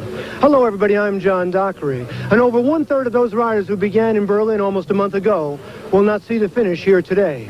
For the survivors, this has been one of the more brutal tours in history. And Phil Liggett, this past week in the Alps, bizarre and torturous. John, this has been the most viciously competitive race I think I can recall. And you know why? Because in West Berlin, 12 riders really felt they could win this Tour de France. And now in the Alps, we're down to 3. Jean-Francois Bernard of France, Stephen Roche of Ireland, and Pedro Delgado of Spain.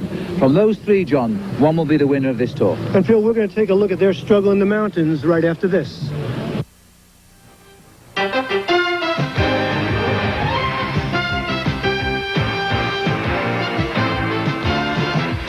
CBS Sports Sunday is sponsored by Bud Light. Everything else is just a light. Price Pfister, the fabulous faucet with a funny name. And by Kemper and the independent insurance agents who represent us. Once you compare Kemper, you'll ride with us.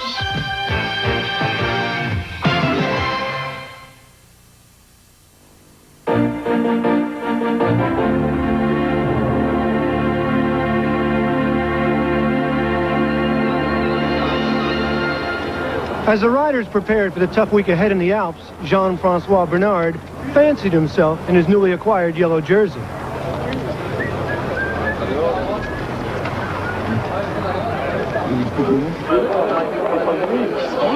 Stephen Roche had some trouble with his fit. He was wearing a special jersey usually reserved for the Tour's second-place man. Perhaps a swap with Bernard could be arranged. Pedro Delgado was still in his team colors, but talked about changing to yellow with an attack in the mountains. J'espère parce que pour moi, je préfère les montagnes que les courses plats. Lucho Herrera, the sleeper in this year's tour, dreamt of a colored jersey all his own. Moi, je trouve que jaune, ça me va pas mal. C'est vrai. Merci. But now is the time that now if we see he's on a bad day, or we can leave him behind a little. Nobody waits now. And so with the thought that nobody waits from now on, the survivors of this vicious race leave Valréas and head 116 miles into the Alps and Villard-de-Lans.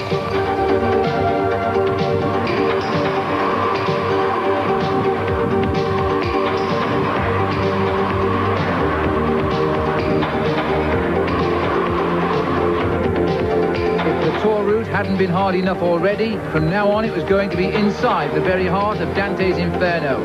The men who have suggested a victory for over 2 weeks now have to prove their quality, and soon the pressure goes on to break the spirit of the rest. Pedro Delgado is almost 4 minutes behind Jean-Francois Bernard, and he soon joined in the attack with Stephen Roche to gain time. And the man missing from this group of escapers is the yellow jersey himself of new leader Bernard. The Frenchman's first day in yellow was turning out to be a nightmare. Attacked from all sides, his recovery was being hampered by a flat tire, and the leaders ahead were offering no quarter. This was a chance to eliminate another challenger from an ever-changing race pattern. Bernard was launched back into the race, but in just a few hours he's found the lonely world of being a leader. Of the top 5 in the race, only Bernard was missing, and as the hills steepen, Delgado launches his attack. Stephen Roche is the only one to react to the Spaniard's expected move. You never let a climber go too far away, and Roche didn't. Behind, Bernard is already out of his yellow jersey. The Mont Ventoux is a dream now. At the finish, Delgado and Roche are still together. But while Delgado sprints clear for the stage victory, Roche, who started the day in second place with a better overall time than Delgado, will be only the 3rd Irishman in history to lead the Tour de France. On this first day in the Alps, two riders have projected themselves as the strongmen of the Tour. Are the mountains ready to reveal their secrets?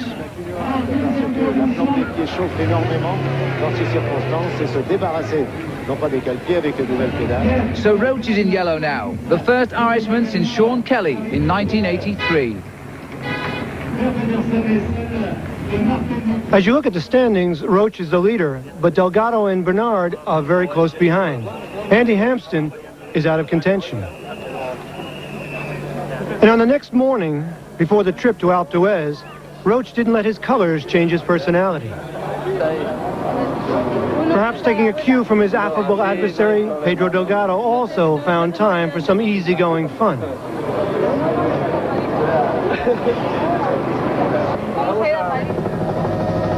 And as the riders started on their 126-mile journey through the Alps, ending at the second highest finish in this year's race, they had to be thinking of one of the Tour's great obstacles, the final climb to Alpe d'Huez. Today's stage would indeed be a showdown. But at least one rider had something else on his mind. 1 year ago, on this very same road, in this very same stage, Pedro Delgado, in the same position of strong contender, abandoned the Tour. He had learned the night before of his mother's death and decided to continue his quest for the yellow. But during the race, Delgado was overcome with the reality of the news and could not go on.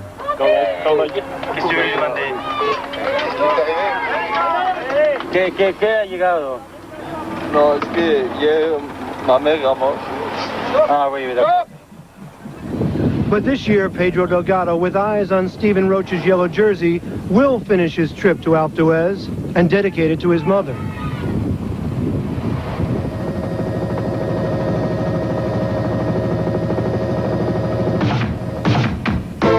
A year is a long time in a professional rider's career. They say you only have 8 of them. Now Pedro Delgado was inspired. He was riding with one thought, to dedicate a race victory to the memory of his mother. He's recognized Stephen Roche as his only challenger, and the only place to beat him is in the mountains. On the day's last climb of Alpe d'Huez, he was on the attack. Roche was left on the 6,100 feet climb, which has 22 switchbacks to lift it to its summit. Delgado was now putting him under pressure, the same pressure that cost Bernard his lead the day before. And riding like a demon, Delgado had to finish 79 seconds in front of Roche. With no help from the followers, Roche was carrying the full weight of a Tour that still could find no solid leader. But one thing was certain, the ladder to Alpe d'Huez was eliminating everyone else in the victory in Paris.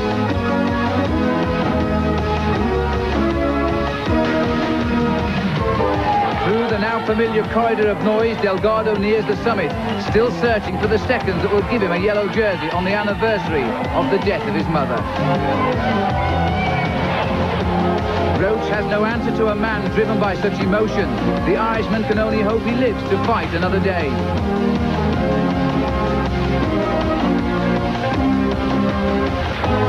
On the cruelest of mountains, Delgado doesn't slow down, while ironically, Roche has to follow behind Bernard, the man he destroyed the previous day. On top of the mountain, Delgado feels on top of the world. This was for his mother. Yes, this really was Pedro Delgado's day. He was the new yellow jersey for the first time in his career. And while he remembers his mother, his sister was having her first child. Could he be the first Spanish winner since 1973? If he anticipates final victory in Paris, he'll have to continue to attack in the mountains to come. And the next day will be the most difficult here in the Alps. For Roche, he's dropped to second place in this seesaw race. He can't lose any more time if he holds any hope of final victory. After 1,400 miles in 21 days, the Tour has left its scars. So Delgado leads and Roche hovers at 25 seconds behind. The rest are now out of contention. We're down to the 2 who can win. But there are more surprises in a race where the riders always change the script. We'll be back.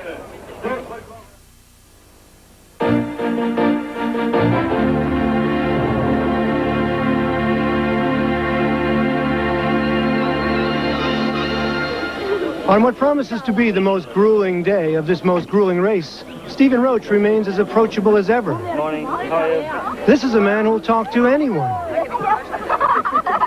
and sign anything.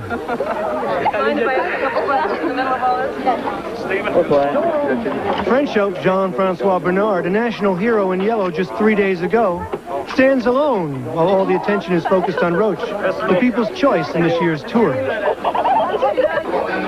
Colombian Lucho Herrera is finally within striking distance of the lead, but also finds himself alone to ponder his fate. Hey, is this man running for office? Does he want to be president of France? And wait, isn't this the yellow jersey? Is Pedro Delgado embarrassed to wear his colors in public? Today, the tour leaves the peaceful village of Bordeaux on a trip over 3 difficult climbs.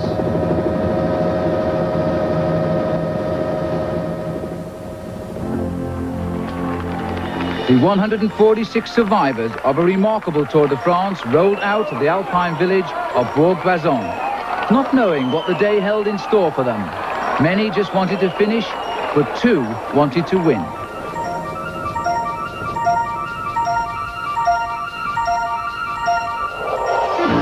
As pointed as a row of shark's teeth, this day in the Alps was as ferocious, with the crossing of the 8,000 feet Col de Galibier.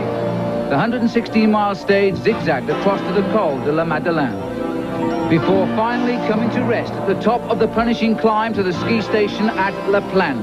It was to be a day of pain and surprise.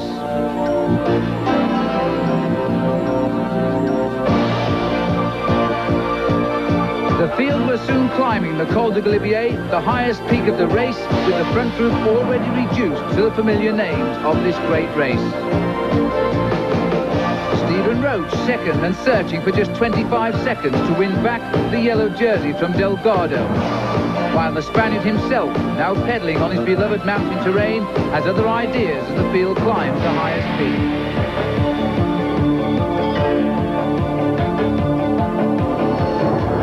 Out of contention are men like 2-time winner Laurent Fignon, 15 minutes behind. The Colombian climber Lucho Herrera over 5 minutes back.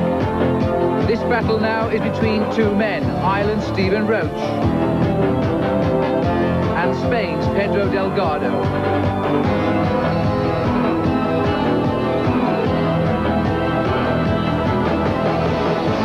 So were the mountains going to be at last the turning point of a tour that has had 8 different leaders already? Who would be elevated into that final yellow jersey in Paris on Sunday?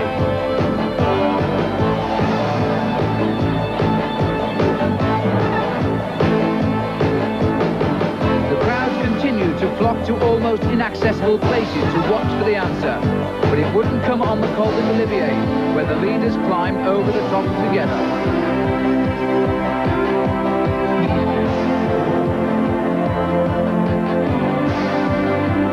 On the rapid descent from the last of the winter snows, the race again produced its ups and downs.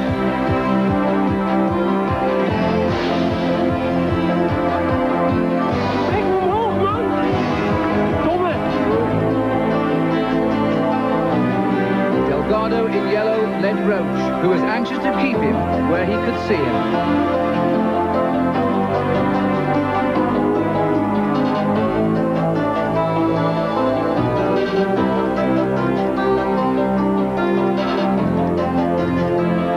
From a short interruption, the descent off the Galibier mountain is almost 30 miles. For the tourist, it's breathtaking and beautiful. But for the leaders of this race, it requires concentration. One slip, not only would the race be lost, but you could be in hospital.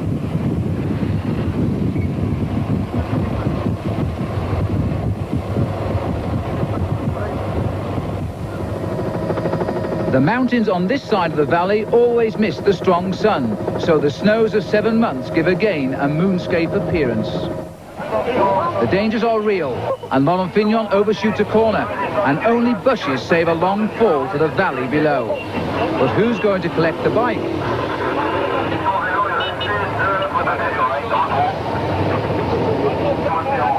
Oh, docteur. There's no cooler customer than Fignon, but he was lucky. But some who crashed weren't as lucky as Laurent Fignon.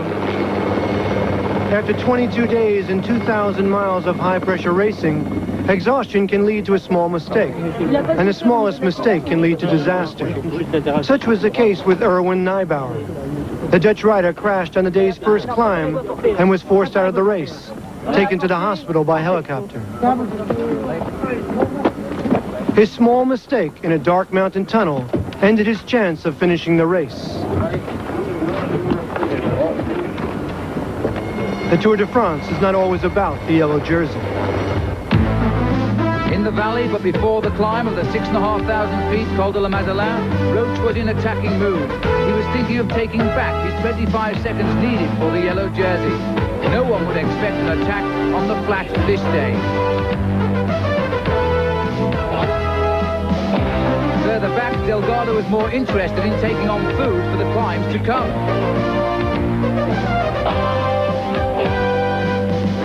This was a move no one expected with 60 miles to go. Roche was either mad or very confident.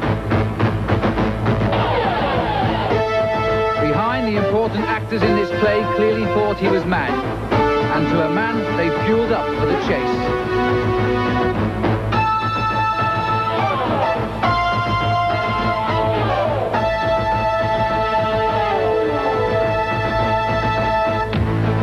With a small group of willing men out for the day's spoils, Roche fought to push home the shock attack of the race. We were heading for the start of the Col de la Madeleine. Roche had a lead of 1 minute 36 seconds over Delgado. That made him the new race leader on the road. Roche had slipped the man who he feared most in the mountains. He knew he couldn't do it on the climbs, so why not do it on the flat in between, and then try and hang on as the Madeleine started. The field behind, as always, was making the yellow jersey chase his nearest rival. Roche continued in fine rhythm, but clearly worried by progress as he glances down the mountain. A wolf in sheep's clothing? Further up the mountain, it was a good time to protest about the price of lamb this year. The police cleared the road just in time. The steep slopes of the 12 miles climb personified on Roche's face. Behind, Delgado was warming to the occasion as the hill got tougher.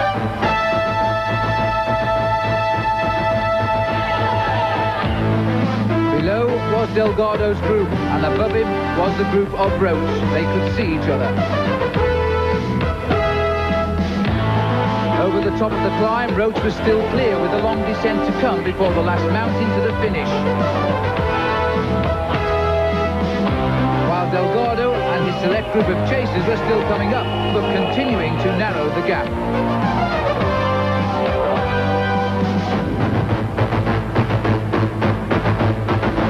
Roche was anxious to keep his advantage, and with no small risk involved, he led the way down the mountain.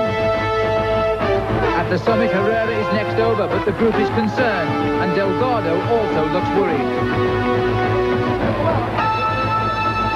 But the gradient had told, and Roche is pegged back to 48 seconds, with 43 miles to go.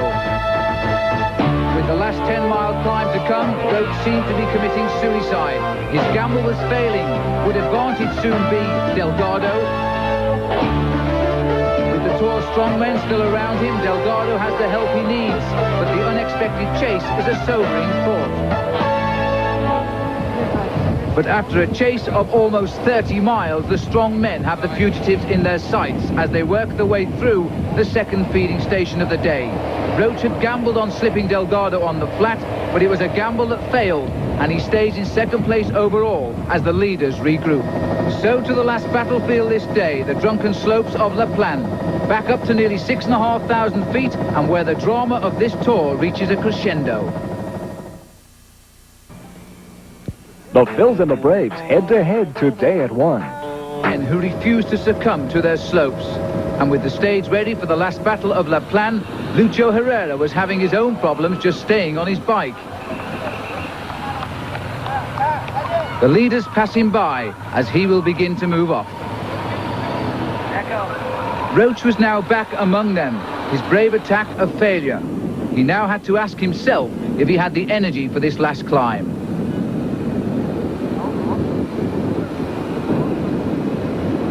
Jean-Francois Bernard too, perhaps thinking of improving his third place in this race. But while the leaders were planning their hope for victory in Paris, Laurent Fignon planned on winning at La Plagne, and the man who very nearly saw his day end in tragedy sprints ahead.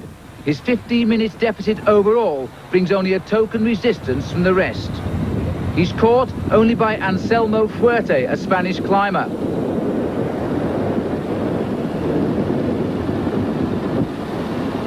And together they plan to leave the tactical battle raging behind. This is only the second time the Tour de France has visited the ski station. We'll remember it for a long time after this day.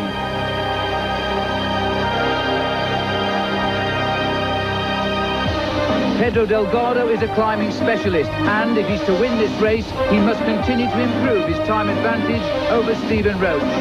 Here we have the strange situation where the yellow jersey must attack, even though he's already in front. Delgado had attacked as soon as the climb began, and Roche at the back here was now on the defensive after a day of promise.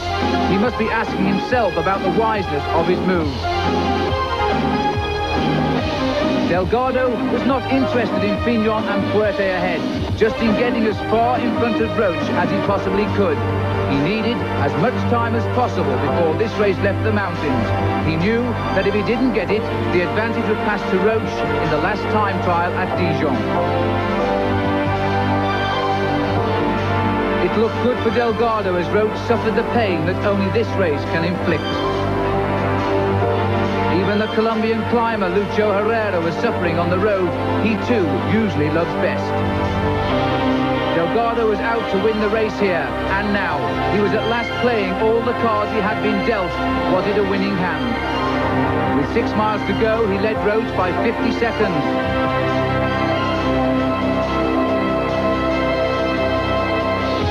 Now the Irishman had to show not just the ability that made him a favourite, but the courage of the sort that makes some men greater than others. The Tour de France had become a duel between the Spanish leader, urged on by the memory of his mother, and an Irishman trying to become a legend in his own lifetime. Delgado needed, in his own words, at least 2 minutes lead over Roche, and time was running out.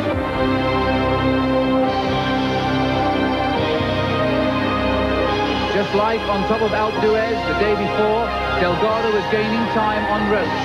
The Tour at last seemed to have found its true owner of the Golden Fleece.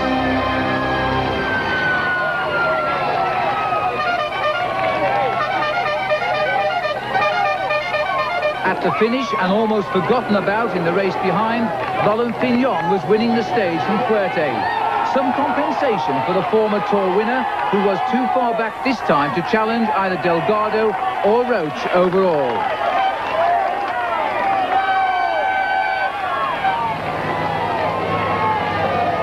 Towards the end, Delgado was still ahead, but his arched back indicated he was struggling to complete the climb.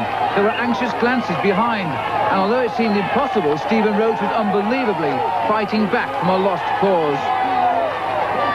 Delgado headed up towards the ski station. His near-minute lead had evaporated in only the final 2 kilometers. Roche was not far behind, as from somewhere he found fresh power. And as Delgado crosses the line, his quest for minutes had become seconds, for the brilliant Irishman was only just behind him. This was a sign of a true champion, and a fight back the Tour had rarely seen.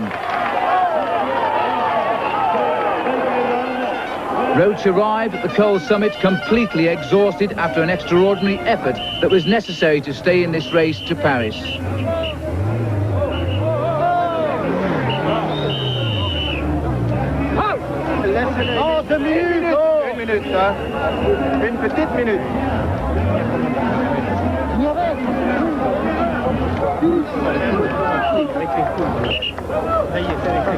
While Roche suffered, Delgado looked amazingly fresh.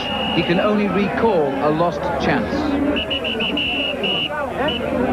Stephen Roche, 5 miles from the end this day, had all but lost the Tour de France. He knew he needed a special effort. The Tour de France itself is special. Roche produced what was required, but at what cost?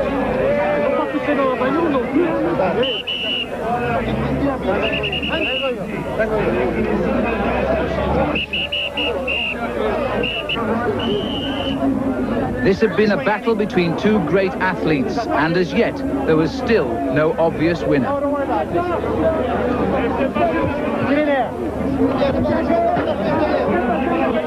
The question now was, could Roche come off the ground to fight back, or was this the end for the courageous Irishman who was suffering from an oxygen debt? On this devastating day of racing, Pedro Delgado kept the yellow jersey. The struggle to get it on, perhaps an omen of the struggle ahead to try to keep it.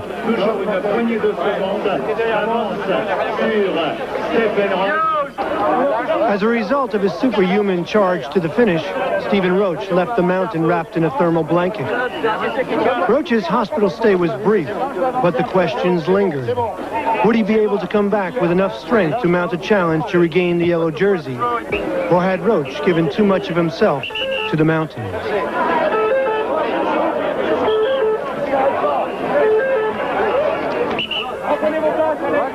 Roche trailed Delgado by 39 seconds with 4 days of racing left. Motet and Bernard chased the leaders.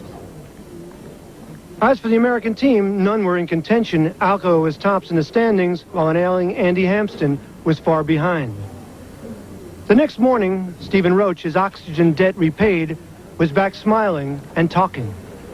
Good morning. Morning, Stephen. How are you this morning? Like new. Like new. No problem from yesterday, eh?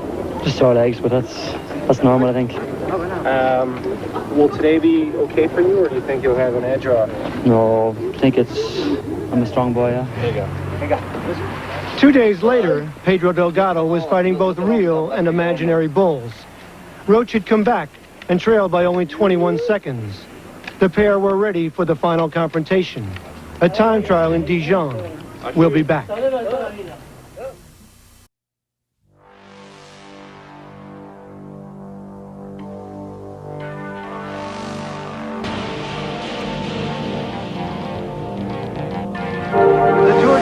Had come down to this. A single race to decide a champion. The race of truth. One man against the clock. Two men against each other. If you're 28-year-old Stephen Roche, why do you spend the hours before the moment you pointed to your whole life? If you're Pedro Delgado, and you've chosen a different career than most in Segura, Spain, how do you deal with the pressure? In the start house, where all you hear is your heart pumping, and all you see are the moving fingers of the starter, what are you thinking? What do you tell yourself? What do you tell your fans?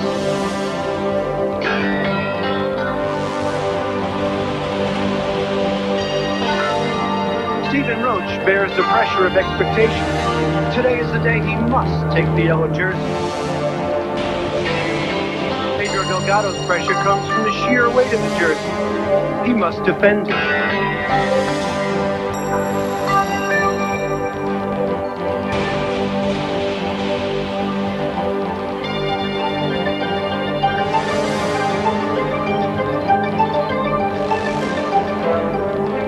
It has simply come down to this, the final moments before the final test in the race of truth.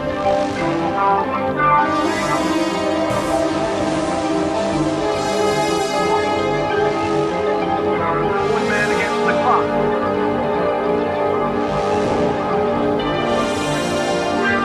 Two men against each other.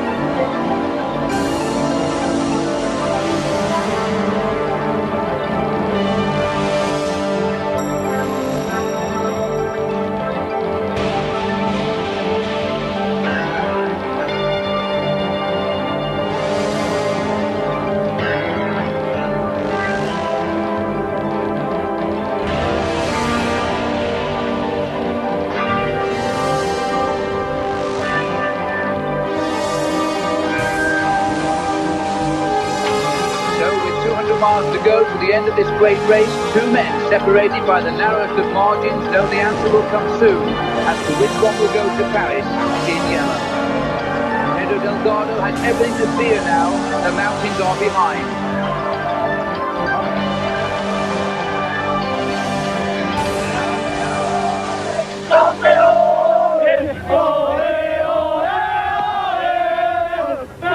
Roche is a specialist time trialist. He's only been beaten once by Delgado in a mountain time trial. Today he can show his real ability, and he's off to a good start. The power, it seems, are still coming from those tired legs. 3 minutes behind, Delgado passes the most lonely moments of his sporting life.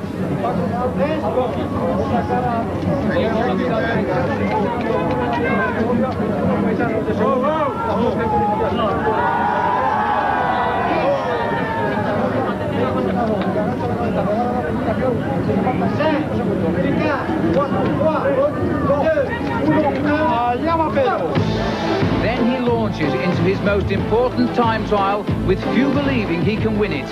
Now we shall see if he was right to try so hard in the mountains to beat Roche. Not since 1968 had there been such a climax to this race.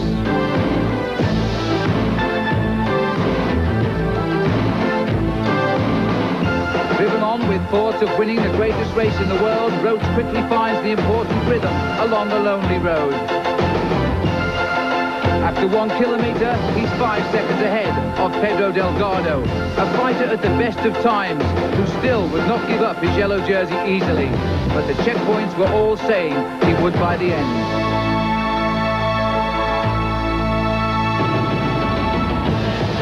Roche, who has a French wife and lives near Paris, was being cheered all the way. These roads weren't the Alps, it was his day now.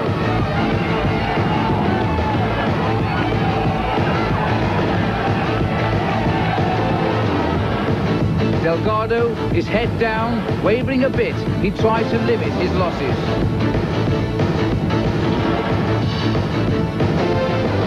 But you can't beat Roche, who was in the mood to give back the pain he took from Delgado in the Alps.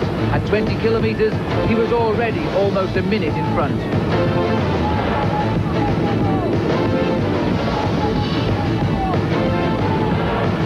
But Delgado will not give up. He races as fast as he can.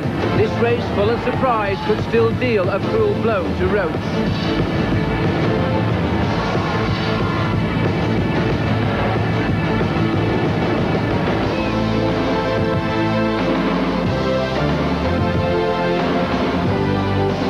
With just 8 kilometres to go, Roche is over a minute ahead. He's now the yellow jersey on the road, and it should be his to keep.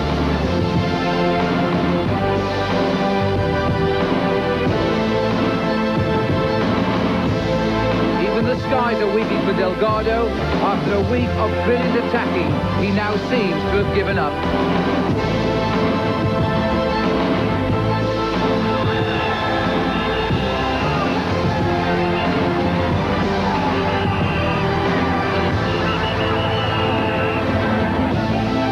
At the finish, Stephen Roche completes the course in 50 minutes and 1 second.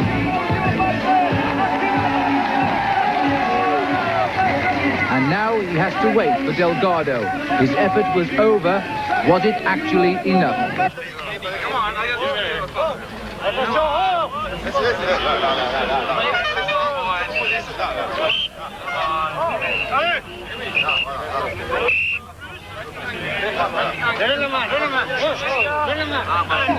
But while Delgado is fighting up towards the finish, the normally placid Stephen Roche finally hit back at the men who have annoyed him for 21 days.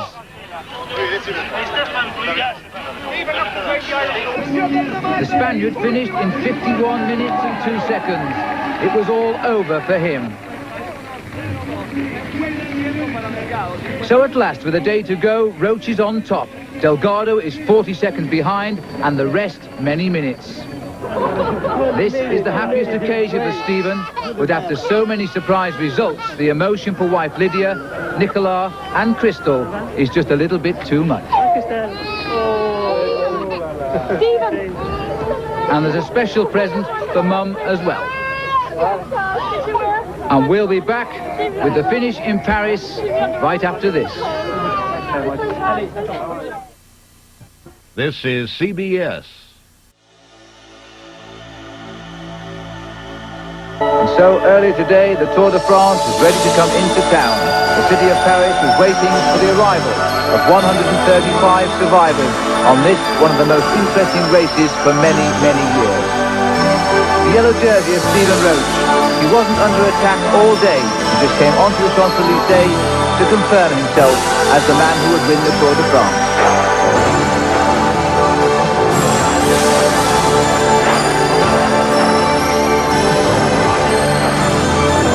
Once the riders came into the city, they had to complete 6 4-mile laps up the Champs-Elysees and across the Place de la Concorde.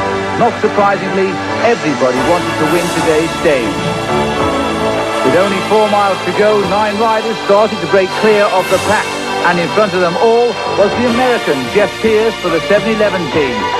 29 years old from Livonia, Michigan, Pierce has never won a stage in the Tour de France before.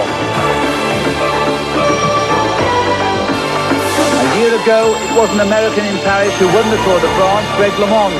Now at least there was a chance for the United States to go out on a high note and win the final stage. The main field behind dropped back to 10 seconds. Stephen Roche was only interested in winning the yellow jersey.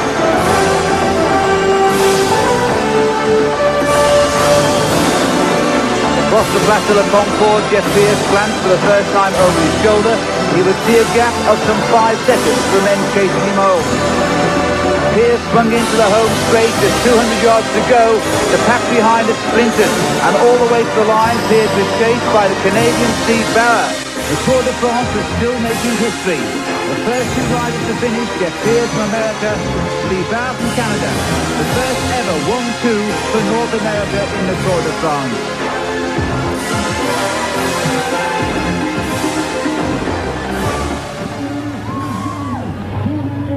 And 17 seconds later, the main field came home with Stephen Roche in the centre of the pack, waving to the crowd. At last he'd done what he promised. He'd won the Tour de France. This was also an historic day for the 7-11 team. They had had 3 stage wins, 2 of them by Americans in this Tour de France. C'est fait, Stephen, c'est fait. Vous l'attendiez, cette victoire. Reste pas tranquille, s'il te plaît.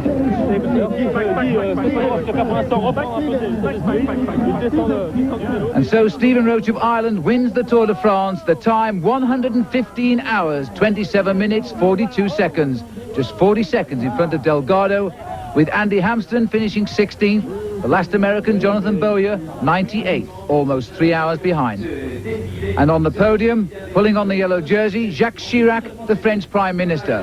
While on our left, as we look at the picture, the Irish Prime Minister, Charles Hockey. The first time an Irish Prime Minister has come out of Ireland to welcome an Irishman on top of the world in a major event. So John Dockery caught up with Stephen Roche right after the finish. Congratulations, Stephen Roche. You have the yellow jersey.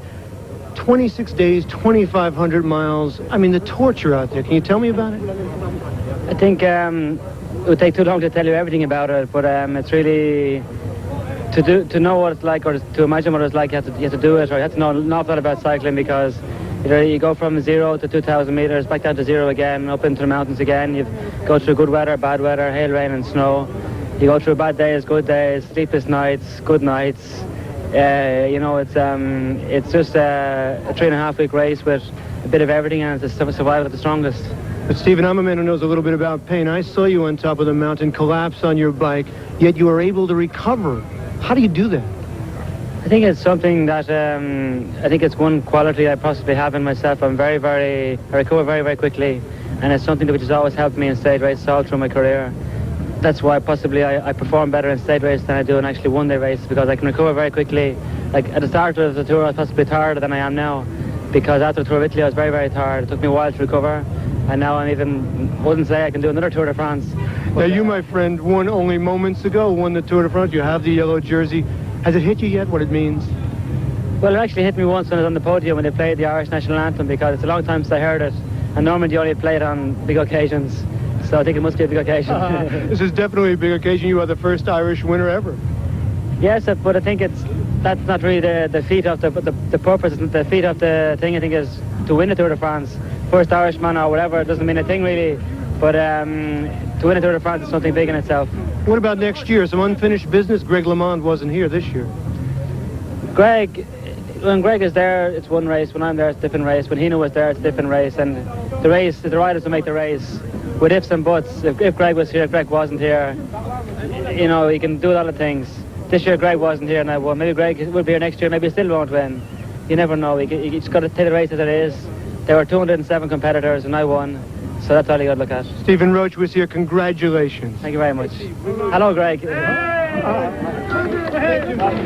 And so the Champs-Elysees is being returned to the Parisians. As a newcomer to the tour, I've been flooded with impressions, but distilled to a few, they seem to fit the motto of France itself. Liberté, égalité, fraternité. The freedom these young athletes feel with the wind in their face in pursuit of the yellow jersey. The equality they show with their fans, hundreds of whom will don their club uniforms and climb the mountain stages, fantasizing that they are wearing the maillot jaune. And the brotherhood between teammates and competitors alike in those moments of agony and ecstasy. Yes, the Tour de France is France's pride and passion. Vive le Tour! For John Dockery, Phil Liggett, and the entire CBS production crew, I'm Tim Ryan. So long from Paris.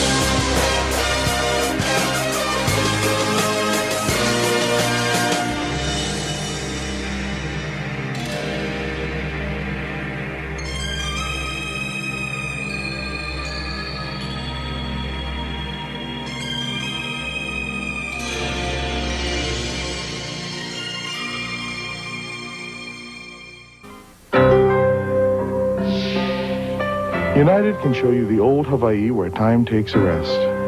And you can become yourself again. So come become Hawaii with the airline that's been her friend for nearly 40 years. United.